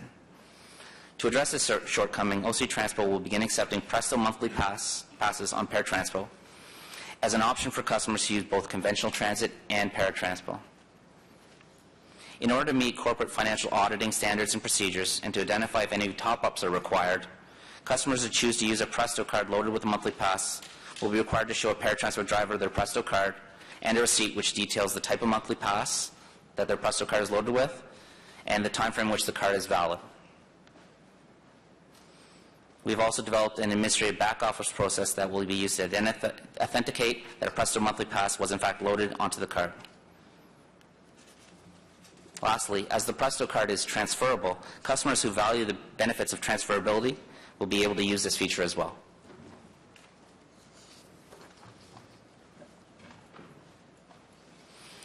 Overall, customers regarded the new electronic fare payment system as a great addition to the current system, given that it offers more flexibility and convenience to customers when purchasing their fares.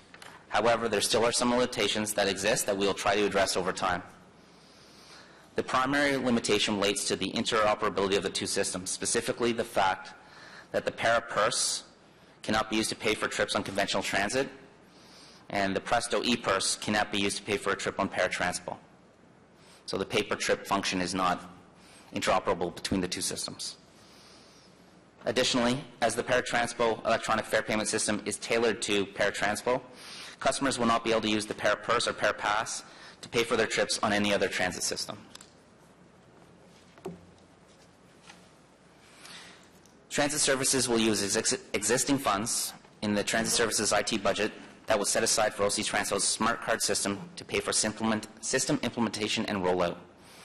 The total cost to implement the system is estimated at $800,000. This covers all costs, which includes software and licensing fees, marketing and communication of the new system, community outreach, staff training, implementation, contingency, and taxes.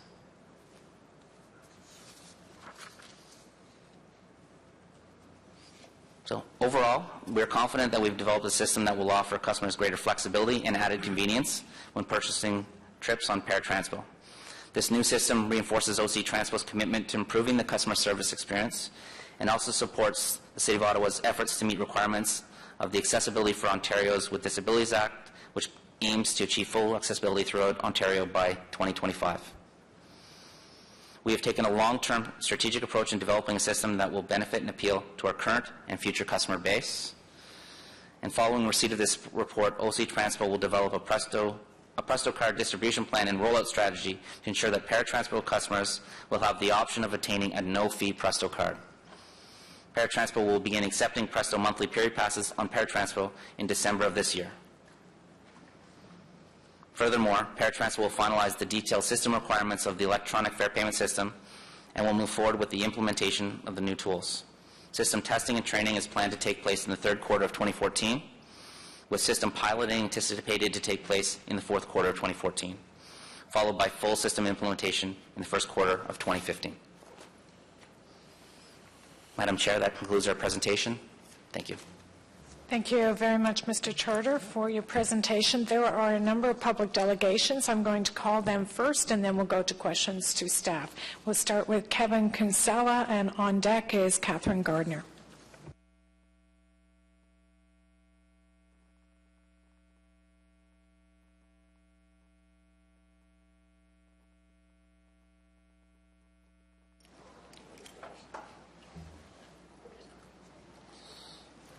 Good morning. Good morning, Mr. Kinsella. You have 5 minutes to address the Commission. Please go ahead. First thing I'd like to say is thank you to the Commission, all Commissioners, the Chair, and all members of the OC Transpo team for their hard work in arranging that the Presto passes be accepted on Paratranspo.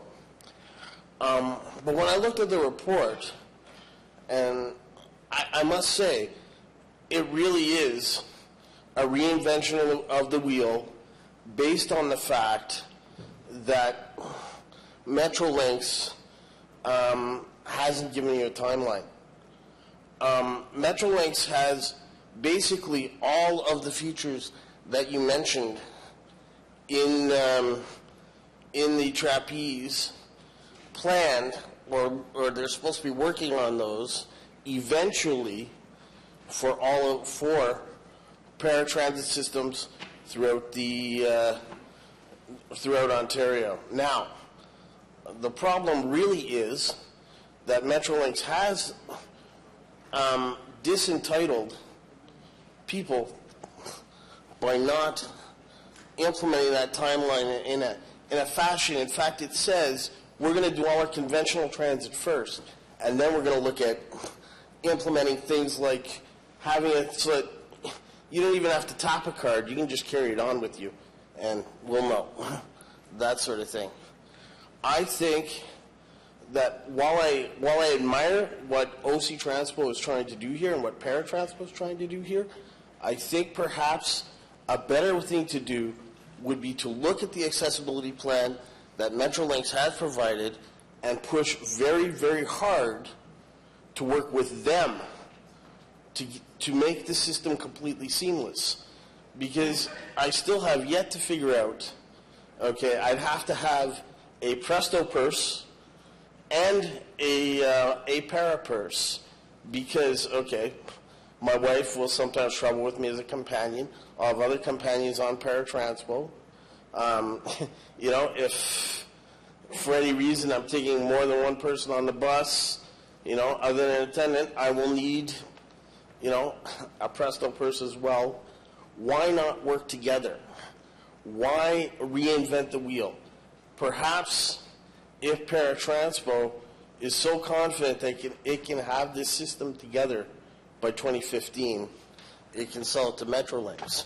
Because Metrolinx right now is, in my opinion, certainly in danger of violating human rights, something that the city has, for now at least, done everything it can to avoid. And I very much appreciate the work that they have done in terms of making Presto as seamless as possible. I apologize.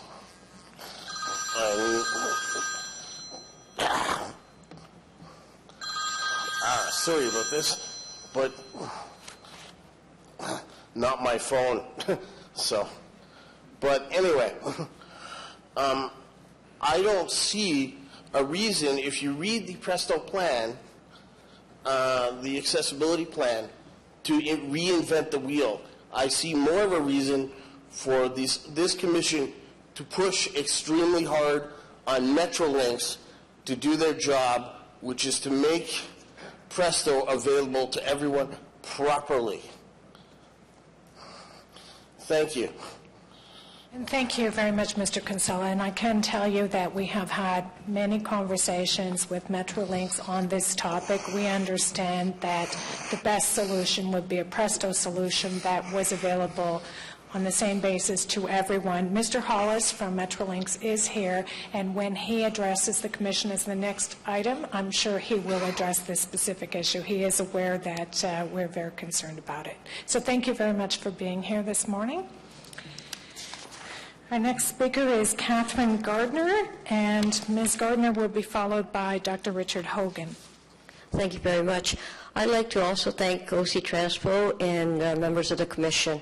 A number of us have been advocating for this move, and it takes a team to get it going. Some of us can advocate, but we can advocate all we want, but unless we have a team together, nothing gets done. So I'd like to thank everybody. This is a great move. A number of us use the Presto card. I use the Presto card, but there's some months where I have to use more Paratranspo, and I've had to go back to the paper pass. I think there's going to be a big change for a lot of people that do take the Paratranspo. They will have the flexibility. If there's 2 people in the family, they may get the one pass and be able to transfer it, and which is going to save them money, and it will be just like going on the OC Transpo. So I'm not sure how many people will be going with the Para system because of the fact that it's not transferable. And right now, the people who get the e-purse amount, it's equivalent to the Presto system, so which is great. It's benefiting all of us. The thing I do like about it is that I do have a receipt, either with my pass, or I can also show my phone with the screenshot of my pass. And I'm just wondering, I know in the previous talk about the grace period, I'm just wondering if those of us who do have the pass with us, if it's not showing up because it's we've had to put the money on the day before, could we show our receipt? And if instead of tapping on the bus and having the overdraft, can we just show the receipt? So I just wanted to bring that up. My other concern is that if we have the Para electronic fare and we pay for our attendant or companion, what is the rate going to be? And I know we did bring this up at the consultation fee forum, because if I'm getting on and I have a companion who's a child, am I going to be charged an adult fare? If I have a senior come with me, am I going to be charged an adult fare? So how is that going to be determined when I make the booking? The other thing is that when I get on OC Transpo, even with the e-purse, I'm not deducted until I actually tap. So I'm wondering why it is that we have to pay at the time of booking instead of at the time of getting on the vehicle. Because if I've only got so much money on my account, if I decide to cancel and my appointment gets moved to another day and my money doesn't get back in time, am I going to have the money in my account to pay for that next fare? So it's great moves. We're going forward, which I really appreciate the efforts of OC Transpo and everybody else and the other community advocates that have been advocating for this change. But I do have a couple of concerns about the advanced booking that we have to pay in advance instead of at the time, because is that not going to make more work, somebody taking it off and then somebody having to put it back on? And how do they determine how much my companion has to pay? Thank you very much. Thank you, Ms. Gardner and Mr. Charter or Mr. Manconi. Ms. Gardner raised a number of issues. One, could they show the receipt as proof of payment? Why they have to pay in advance? So if you could address those questions, I'd appreciate it. So, Madam Chair, we're still at the system design phase, but one of the things that we did hear from our customers is that they want to, that community pass to the first of the month. So our goal is to reduce that period of time that we can load up the account as much as possible. So, but definitely those are the similar to what we're doing with Presto, we'd be willing to work with individual stakeholders. But we know that that's something that we're trying to build into our system, is to reduce that period of time as small as possible, while also maintaining any sort of internal financial controls that we need to have. The second question was, sorry, the refund? That's something as well. So the paying in advance trip. One of the advantages of the electronic fare payment system is that customers wouldn't have to carry any fare media with them. So once they book, it's all done in the back-end process. But we have heard from our customers that they want that fare deduction to be as close as possible as to when the trip is taken, and those are the considerations that we're developing in as we design the system. Okay, thank you very much, Mr. Charter, and thank you, Ms. Gardner, for your input today. Our final public delegation is Dr. Richard Hogan. Good morning, Dr. Hogan. You have 5 minutes. Please go ahead. Through the chair, I will go beyond this exemplary program that we have with respect to the electronic fare system. I want to inform you that in the 3 quarters ended September 30th, 2013, your paratransport user population are now incurring more adverse neurological, orthopedic, and mental health issues than they were at the end of 2012. This is probably a direct result of the condition of the majority of our vans. I guess the majority of us are wondering when these vans will be replaced. We're spending this money on the electronic fare system, but we don't seem to be addressing the replacement of the vans themselves. And we believe that we need to immediately discontinue the growth of transferring rides from the taxis back to the paratransport proper, in part because taxis are failing the needs of our challenged population. And C, we need to embark on a public education program at the same time as we implement the electronic payment system, so as to grow the use of OC Transpo by the challenged population and to reduce the use of paratransport services by our growing senior citizens. Aside from the electronic fare system, we need to implement a priority system, and I don't see that being incorporated in the current system as defined. Thank you.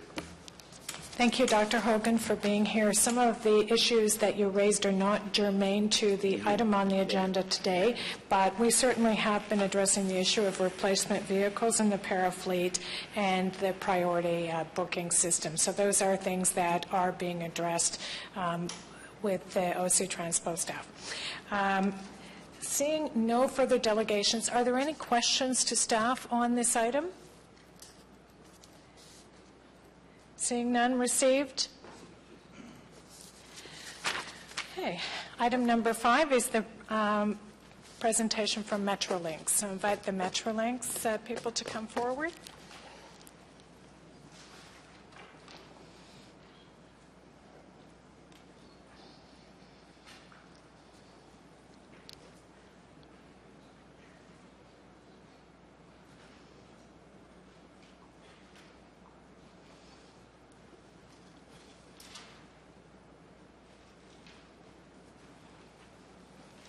Good morning, Mr. Hollis. Thank you for being here. The floor is yours.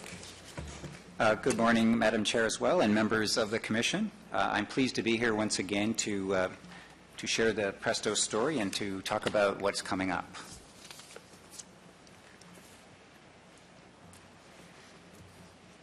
In the 6 months since the Commission here approved Presto to move forward to full rollout, Ottawa has set a new record for the pace of card issuance and adoption. Adding Ottawa's 175,000 plus cards to the Greater Toronto and Hamilton area means there are over 850,000 active Presto cards and growing by 35,000 a month. On behalf of Metrolinx, I would like to thank Ottawa riders for embracing Presto as the easy and convenient way to pay fares, and to Mr. Manconi and his team for working in close partnership with Presto to make this project a success. And reflecting on Mr. Manconi's words earlier in the day, we also believe that this is a continuous journey to improve the customer experience, and we are committed, as Mr. Manconi and his team are, to help deal with the issues that have been raised today and others that come along.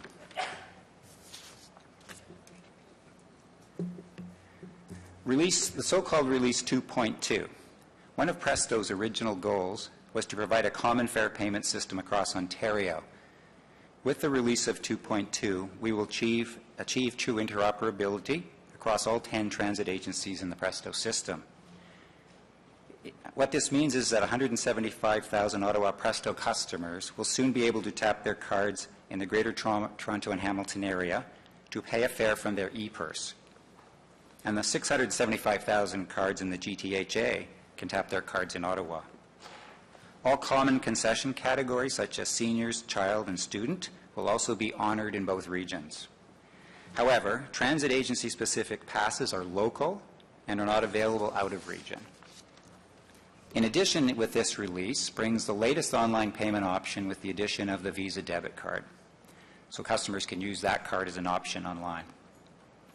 Presto and OC Transpo will ensure there are early and clear communications to customers ahead of this transition.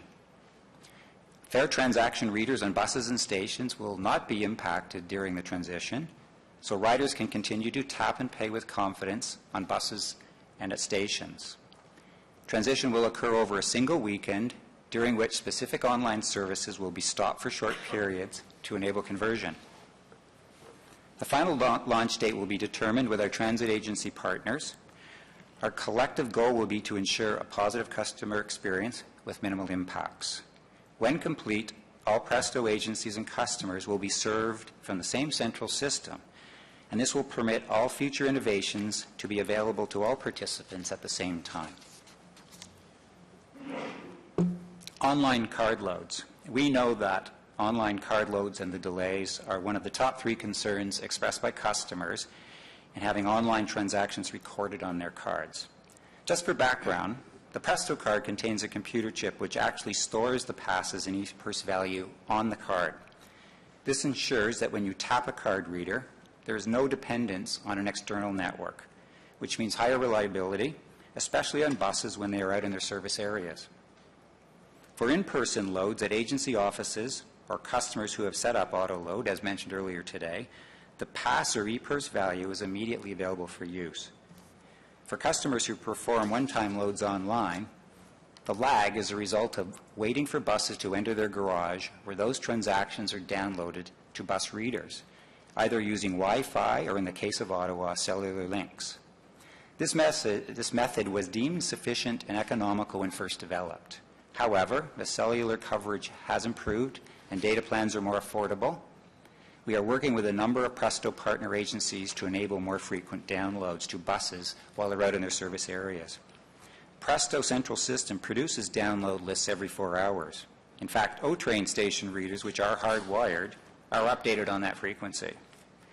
The timing for local availability and the customer commitment will be determined by OC Transpo and coordinated with Presto. Presto enhancements.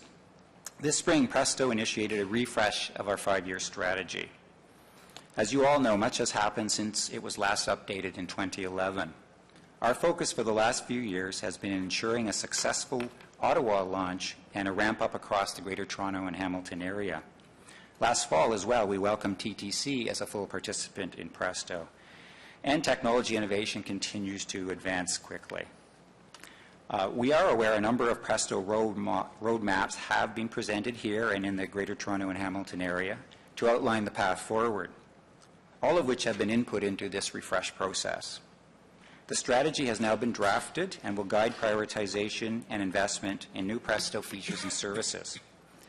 We are about to begin consultations with our agency and government stakeholders in Presto to ensure there is a consensus. Ultimately, final decisions on new development will be guided by the Presto Executive Committee on which each Presto stakeholder has a seat. Paratransit, a topic of priority today, has always been a topic of priority for Metrolinx and Presto. For agency-owned vehicles, Presto readers, can be an option. In case of Oakville, they have readers on their paratransit vehicles. The real challenge for Presto and the 10 agencies is the enablement of third-party transit providers and service vehicles. All 10 Presto agencies today currently have their own local solutions for third-party. We've actually searched the globe to look for models on which we could build a transit-connected smart card program, and we haven't found a model that you can buy off the shelf. So we've been working very closely together with our 10 transit agency partners to come up with a common business model. The good news is that just recently the 10 partners have come up with a business model that we are going to be considering and reviewing together shortly. And from that we will develop a plan for moving forward with a para solution. That plan will consider alignment and timing for each of the agencies and will take into account their existing para fare payment systems. We understand from delegates here today that para is long overdue, and we're on the threshold of actually agreeing on a path forward, and we'll work together to produce a plan in the near future. Another priority has been the question around open payments. Ottawa's fare payment readers are capable of accepting debit and credit cards for fare payments. To enable these features requires a plan to activate the logic, implement specific fare payment rules, and test the system for readiness. At the same time, we are actively working with the debit and credit card industry to determine that our transit requirements can be met, and that tapping a credit or debit card that is enabled with a wireless chip is as reliable and consistent as tapping a Presto card. The end-to-end system functionality is expected to be available to Presto partners later next year. Any specific plans and timing for implementation in Ottawa would be aligned with OC Transpo's direction. Moving forward into the future. Other areas in research and planning to expand Presto's offerings include the following list. Prepackaged cards that are activated and loaded with ePurse value for immediate customer purchase are in the works. This will extend the availability of cards for first-time riders. We're looking at a number of mobile applications under review that will provide secure access to each person's Presto account on smartphones for inquiry and to initiate immediate pass or reloads, ePurse loads. Extension of Presto cards to include payment for transit-related parking are in the works for a couple of agencies we're working closely with. We also need to determine what we call as limited use media. This is a secure payment method for single or short-term tickets and transfers, and we're scanning the world for the best, most economical solution to provide that to our partners. And lastly, retail sales of cards, passes, and ePurse loads using a secure Presto device is in pilot planning with one of the agencies in the GTHA. Many of these projects support the #1 priority for Presto and their partners, which is to increase Presto card issuance and use across the network. They are aligned with our refreshed strategic directions. As I mentioned earlier, final decisions and timing will be determined in consultation with our partners via the governance bodies, I should say. We are also in discussion with OC Transpo and Presto fare payment strategy for the upcoming Confederation line. This is excellent timing, as we're also working with Metrolinx's crosstown light rail transit line currently being developed in Midtown Toronto, and there are opportunities for synergies that would benefit both projects. So that's a quick update today for what's happening with Presto and what's coming in the future. We continue to look forward to working with Mr. Manconi, the OC Transpo team, and all the Presto partners as we continue to expand the Presto system customer base and evolve the future of Presto. Thank you very much. Thank you very much, Mr. Hollis, for being here, and we have certainly come a long way, so we appreciate the working relationship that we have developed with Metrolinx. Just to Mr. Kinsella's point from earlier about a para solution for Presto, and we appreciate that Metrolinx is moving in that direction now. And I also took from your remarks that you're not in a position today to tell us what that timeline would be for the development and implementation of a para solution. But could you at least tell us when we might have a timeline, so we have some sense of how this is moving? Would it be a year in the development? Would it be 6 months? Like, if you could give us a ballpark when we might expect a para solution, because as you know, we're looking at a parallel system, and the timing of that depends on the timing of Presto to a certain extent. So any information you could give us to inform us of that timeline would be useful. I'll do my best to answer that question, Madam Chair. The really good news is we now have alignment across the 10 agencies on a common model. It's been very complex to get to this point. Everyone has different reservation systems, everyone has different partners, and what we wanted to do is come up with a common solution. So we now have a report that arrived about a week ago from the 10 partners indicating a business model that will meet their needs. So the first stage will be to actually sit down with the 10 partners and work through, what does that model mean, and then start to evaluate, solution options to be able to provide that. So if I was to speculate, I would say that it would be, first quarter next year where we'd be in a position to come back and indicate what we've learned and what the roadmap starts to look like. And I think by then we should be able to indicate, at least a big block timeline into the future. But I can't say today what an end date would be without having full knowledge of what the proposal is and having a chance to digest it and talk to our partners. But we can commit to come back first quarter next year with a report back on how that plan has begun to evolve, with the expectation that we should be able to put a future timeline before our partners. First quarter next year. Yes. Perfect. Thank you very much. Commissioner Tierney. Great. Thank you very much, Madam Chair. Thank you very much for coming out, too. I do appreciate that. There was a request put in, and we're very excited to hear what's happening in the Presto Metrolinx world. I guess I have a couple of questions, and I'll start off with this 2011 presentation. And it seems to align with what you're talking about today. Obviously, the timelines have changed. Originally, Presto 2.2 was due by summer 2013. There were some obstacles. I'm glad that we took the time to work through that. It made a lot of sense.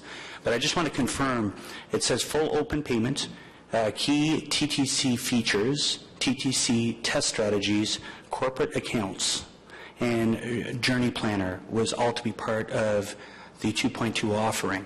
Can you comment if all those features will be in there, and more specifically on the corporate account side? Yeah, I think as was expressed earlier, 2.2 will provide us that full interoperability, move us onto one platform, as well as providing the cellular updates that OC Transpo is looking for to remove the 24-hour delay. But essentially, a number of changes have occurred. It's clear to this group that it took us a little longer to fully launch OC Transpo, so that pushed the timeline out. There was also, I believe, an expectation that TTC would have signed on a year earlier. So I think back in 2011, I can only postulate since I wasn't here, that the expectation was with TTC coming on in 2011 and OC Transpo rolling in 2012, that this timeline, would have been reflective of the vision at that point. So essentially, I think that the large majority of these programs are still on our list, but we are pushed out, perhaps a year or so from the original projections at that time. And with our refresh strategy, we can come back, early next year with the full support of the 10 agencies at looking at what our roadmap is for the future on development of these improvements to the system. And I really do appreciate that a lot. I think this is the bill of goods that we were sold, though. And I just want to make sure if there is timeline changes, I would like to reference this a lot, because this is what I keep going back to as milestones. So if there's a way to provide this via Metrolinx at the next presentation, the specific items in here, if there's scope creep and some can't be achieved, it's best that we know that and move them into a different rollout timeline. Can you commit to bringing that back to us? Absolutely. As I referenced, that we're working with our partners on a refresh strategy, and I would believe early next year, working with our partners, we can come out with a refresh timeline with everyone in consensus behind it. That's great. And I'm very excited about the open payment side. I guess I have a few questions related to it. We see Interact Flash is a big deal right now. You can use it at McDonald's and Tim Hortons. Would this be part of the open payment offering? Yeah, as I mentioned, we are working closely with Interac and the card associations right now. One of the dependencies is the number of flash cards that are out there. They're not fully deployed yet, so it's not ubiquitous. But we have been working closely with Interac in terms of their policies and rules around how you can tap a card on a near-field reader, because we will not have PIN pads on buses. So I mentioned in my dialogue that we have to work with the card associations to make sure that the experience on buses and in stations is as simple as a Presto card. And we need to sit down with them, and we have had early discussions around what those policies and rules are so that we can accommodate them on transit.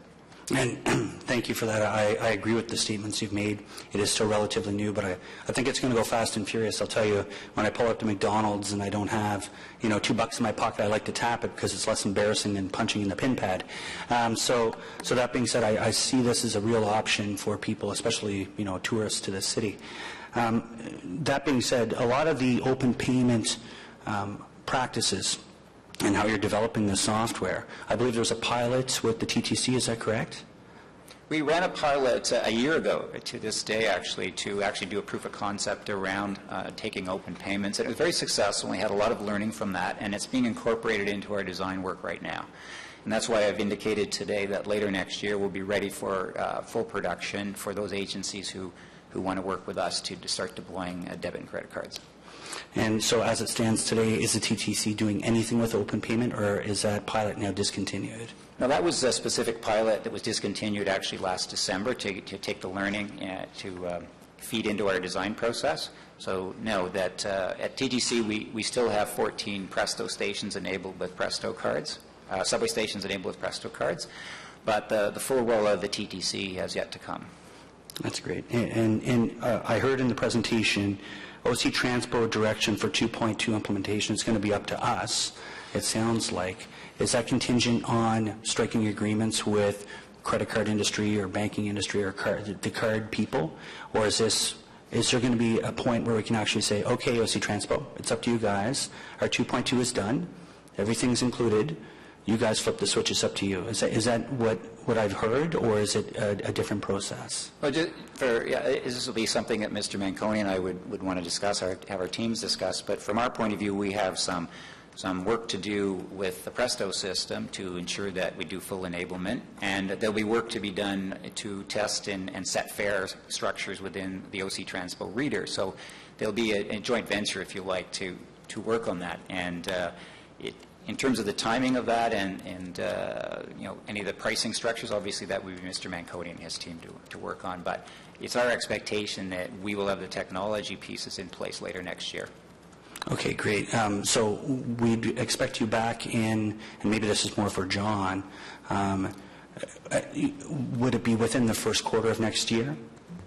Madam Chair, I think the key piece that's coming forward is the Confed line fare strategy. And that will bring forward a whole bunch of good dialogue, I believe, on where you want to go with open payment, where you want to go with LUMs, where you want to go with kiosks, and all the things that have been building. The focus has been launch the system, get PARA in place, the PARA solution in place, move to the customer care, and then the next tranche is the Confederation line. You have some decisions to make and to endorse in terms of how we're going to move through the system. It's very critical. It's tied to fare gates and so forth. So that, what I've asked the team to bring forward is what are those suite of decisions that you'd like to make. Then I can then bring that as the executive member to the refresh strategy that Mr. Hollis has, and we can start to map out when we want to do these various upgrades to the thing. With one caveat, there's only so much change you want to impose on your customers and the organization. You throw too much change at them, it just starts to ruin that end-to-end experience. So again, I'm cautious on this stuff because we've got to take care of the customers, and there's only so much capacity that we have in terms of rollout on change. Thank you for that, John. And I completely agree. We want to make sure I have a product that works. So, Mr. Hollis, when John does receive enough information from you and he comes back in the first quarter, definitively I'd like to know, have we negotiated with the payment card industry? Will Interact Flash be able to work? Those are the key features that I see as important, and make sure that they're integrated in the software. This isn't just a theoretical discussion. I'm hoping that the software has been designed, built, and tested at this point. There's two parts to implementing credit card payments. We have to make changes at the central system, and we have to enable the features on the readers on the OC Transpo fleet of buses and stations. So there's a two-part piece there. We are currently having engagement with the credit card and industry and Interact to work through what their policies will be for transportation tapping. And it's a little different than a retail environment where you have a fully functional keypad and reader, whereas we have a different environment on buses. So we need to be assured from the credit card industry and Interact that you will have reliable taps on the buses, and you're not going to be stopped because your card isn't accepted. So we want to make sure that they're really clear about what our expectations are and come to whatever agreement we need to with them early next year. And that those conversations are ongoing right now? Absolutely. Great. Thank you very much for your presentation. You're welcome. Thank you, Commissioner Tierney. Seeing no further questions from commissioners received on the Metrolinx update. And thank you again, Mr. Hollis, for being here. We appreciate it. The next item on our agenda is the Canadian Urban Transit Association presentation by Michael Rocheleau, the President and Chief Executive Officer of the Canadian Urban Transit Association. Sorry to keep you waiting so long today, Mr. Rocheleau, but the floor is now yours, so go ahead. Well, thank you very much, Madam Chair. It's indeed a pleasure to be here. I appreciate the invitation. Really, with regards to the association, from our humble beginnings in 1904 to over 500 members today, CUTA has been the voice of public transit for over 100 years. As such, we're a national association that represents the entire public transit industry, including transit systems like OC Transpo, manufacturers, suppliers, government agencies, and affiliates across the country. We're unique in that we represent all modes, be they bus or rail, be they urban ferry or subway, and we maintain an office in Ottawa and Toronto with a staff of professionals that are there to serve our members year-round. Of those 500 members, 125 of them are transit systems from coast to coast to coast, 280 business members, and 20 government agencies at all levels. Our mission changed recently with a leap of faith that our board took a year and a half ago to move beyond our traditional focus on public transit per se to a broader mandate really embracing the holistic concept of integrated urban mobility. And our membership approved a new, very simple mission statement, which is really to inspire and influence the evolution of integrated urban mobility. 10 very simple words that explain what we're going to be about for the future. What do we do at CUTA? A whole long series of things. One of the most important is advocating for the industry in terms of our need for investment, primarily at the federal government and through our regional committees at the provincial governments across the country. A part of this is representing the interests of the industry in terms of regulation, in terms of government policy, and in particular in terms of government investment. One of the annual events that we do is what we call a Transit Awareness Days, which is a delegation that comes to Ottawa. This year it's going to be a couple of weeks from now, actually the end of October. We'll have about 50 or 60 people from transit agencies and business members across the country here speaking with ministers, members of parliament, senators, and we certainly hope that OC Transpo will be joining us for that. As part of the event, there will be a 2-hour reception specifically on research and innovation in public transit, and certainly the Commission, all the commissioners are invited to join us for that. The 3 particular areas of focus at this year's event will be R&D and innovation, number 1, the quest for dedicated federal funding, number 2, and the whole issue of tougher penalties for violence and assaults and crimes on transit employees as number 3. The results, I think, of our federal advocacy speak for themselves. When you have a look at this 10-year trend line on capital investment in public transit across the country, you'll see the orange part of the bar represents the federal investment, which has gone from zero back about 10 years ago to about $1 billion a year today.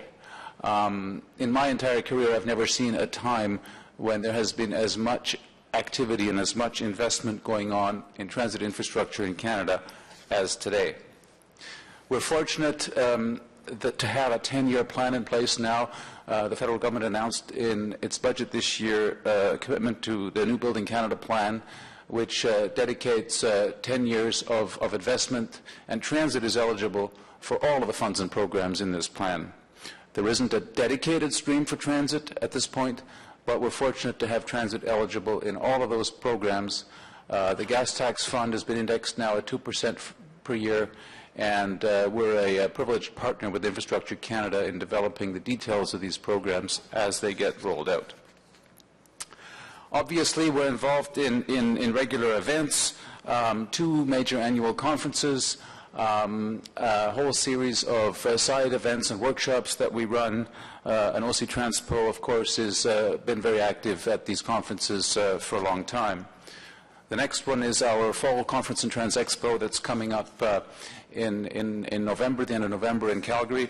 And there are several sessions there that specifically have OC Transpo participants. And I think the amount of cutting-edge sharing, networking, and learning that goes on at these events is really critical to our industry staying at the cutting edge.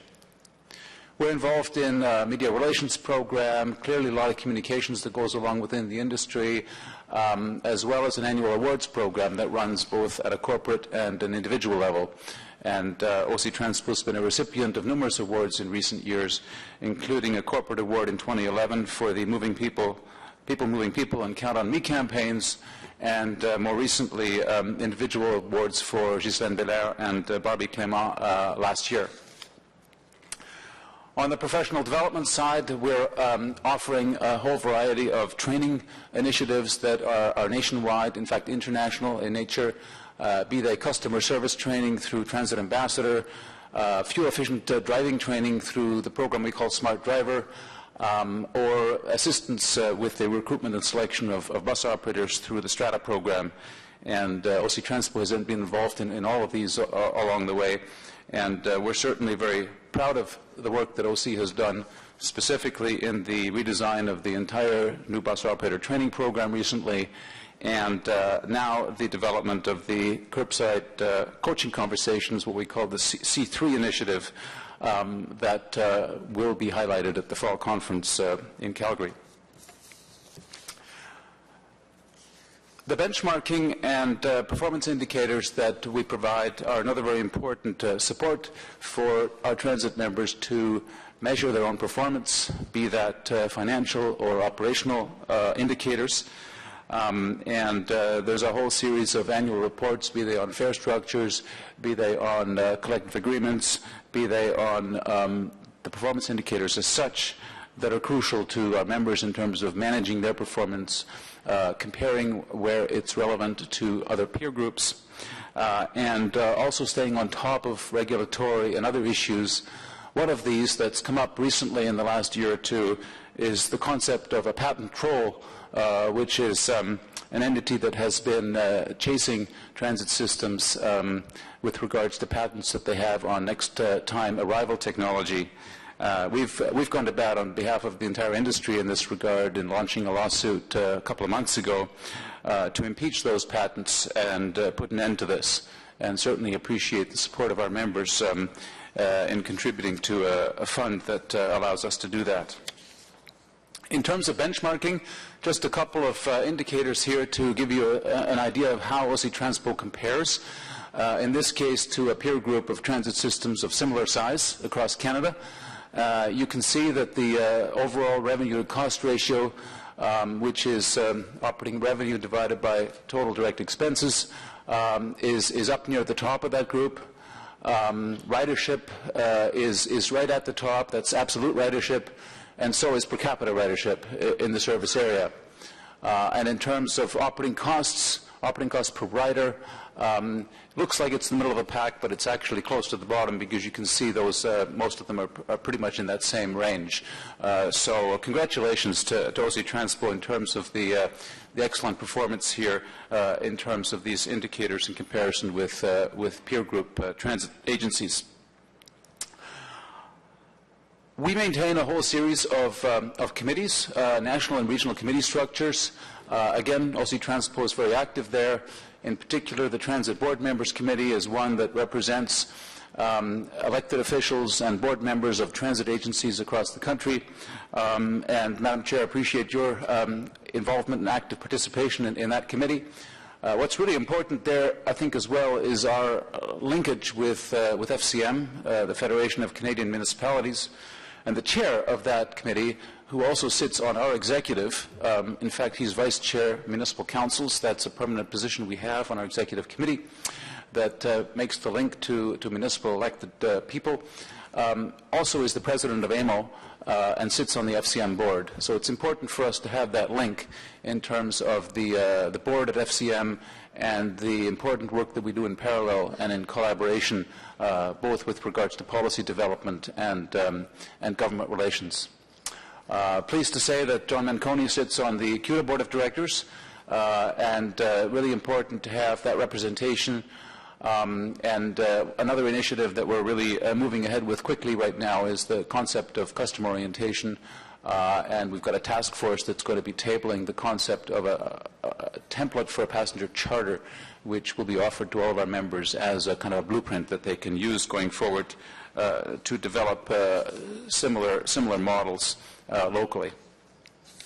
And perhaps I'll conclude with a quick comment on Transit Vision 2040, which is our generational 30-year blueprint on the future of public transit and integrated mobility in this country, really designed to develop some themes and some specific actions that will position public transit to provide an optimal contribution to mobility in Canada's cities and communities for the next generation. There are 6 themes to the vision.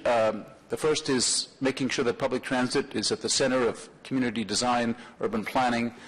Second, to revolutionize service in a way to provide the best possible transit service we can to our customers. Third, making those customers number one and ensuring that they are front and center in all the decisions that we make. Fourth, being careful about transit's own environmental footprint, choosing the right technologies, the right propulsion systems.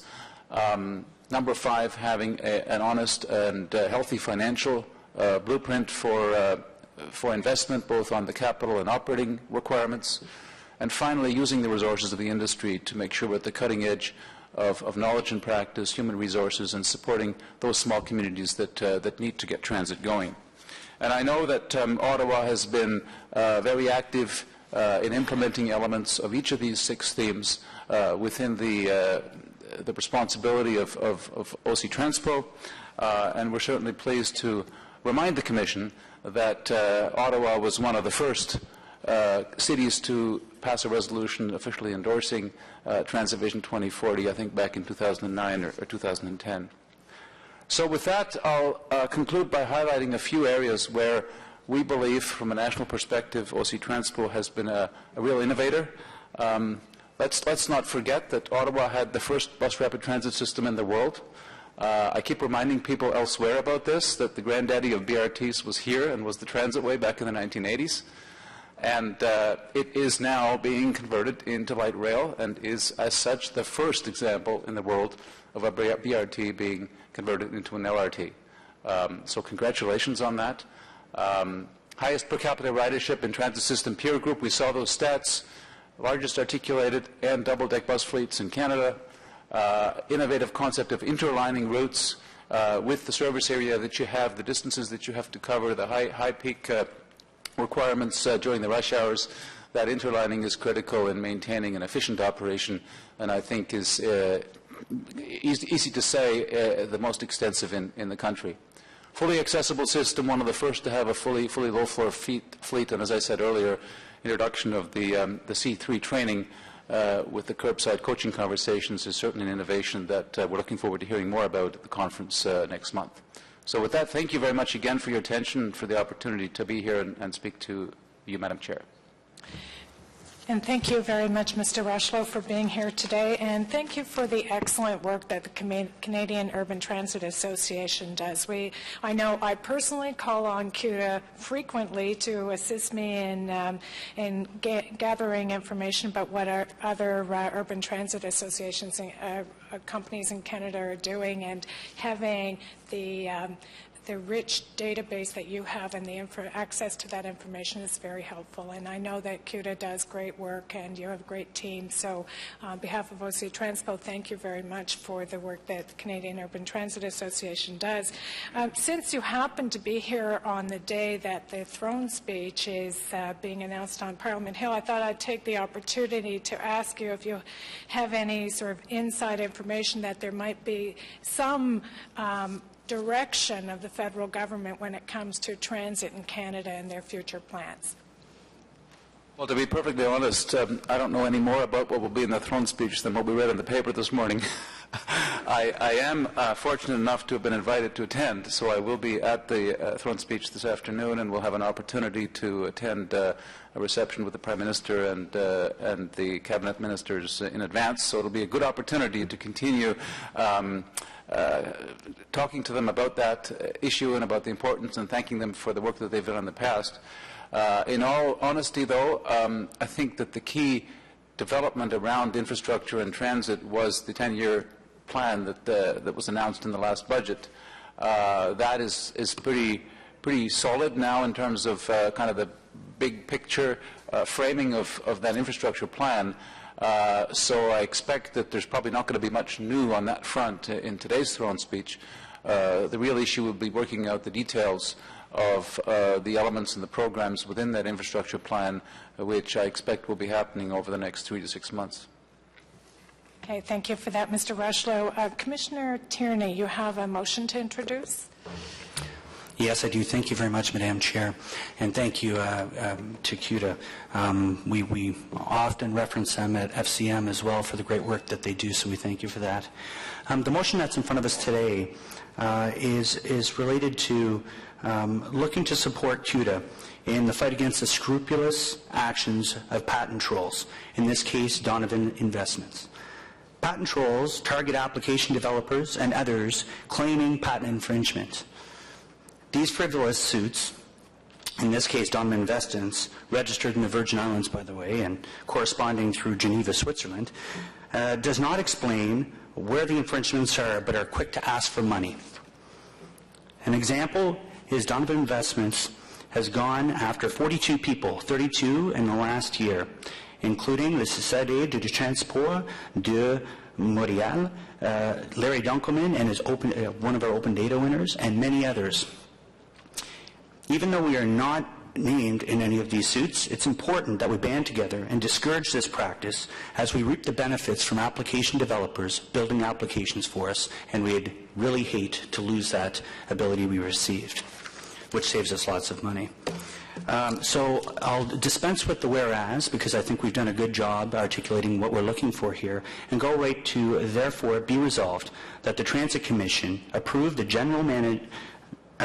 the General Manager of OC Transpo be delegated the authority to contribute $10,000 to the Canadian Urban Transit Association in support of their legal action against Donovan Investments Limited.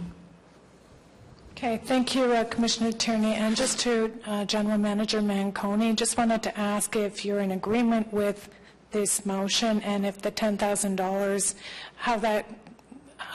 what the fund is, and if all of the money isn't used, would it be returned to us?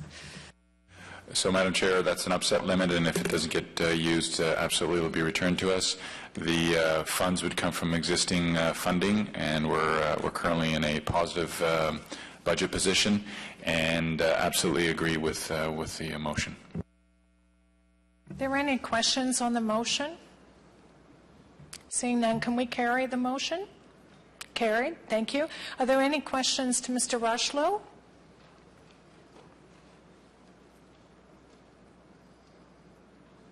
Seeing none, Mr. Rushlow, thank you again for being here today. We appreciate it. Received on the CUDA update? Received.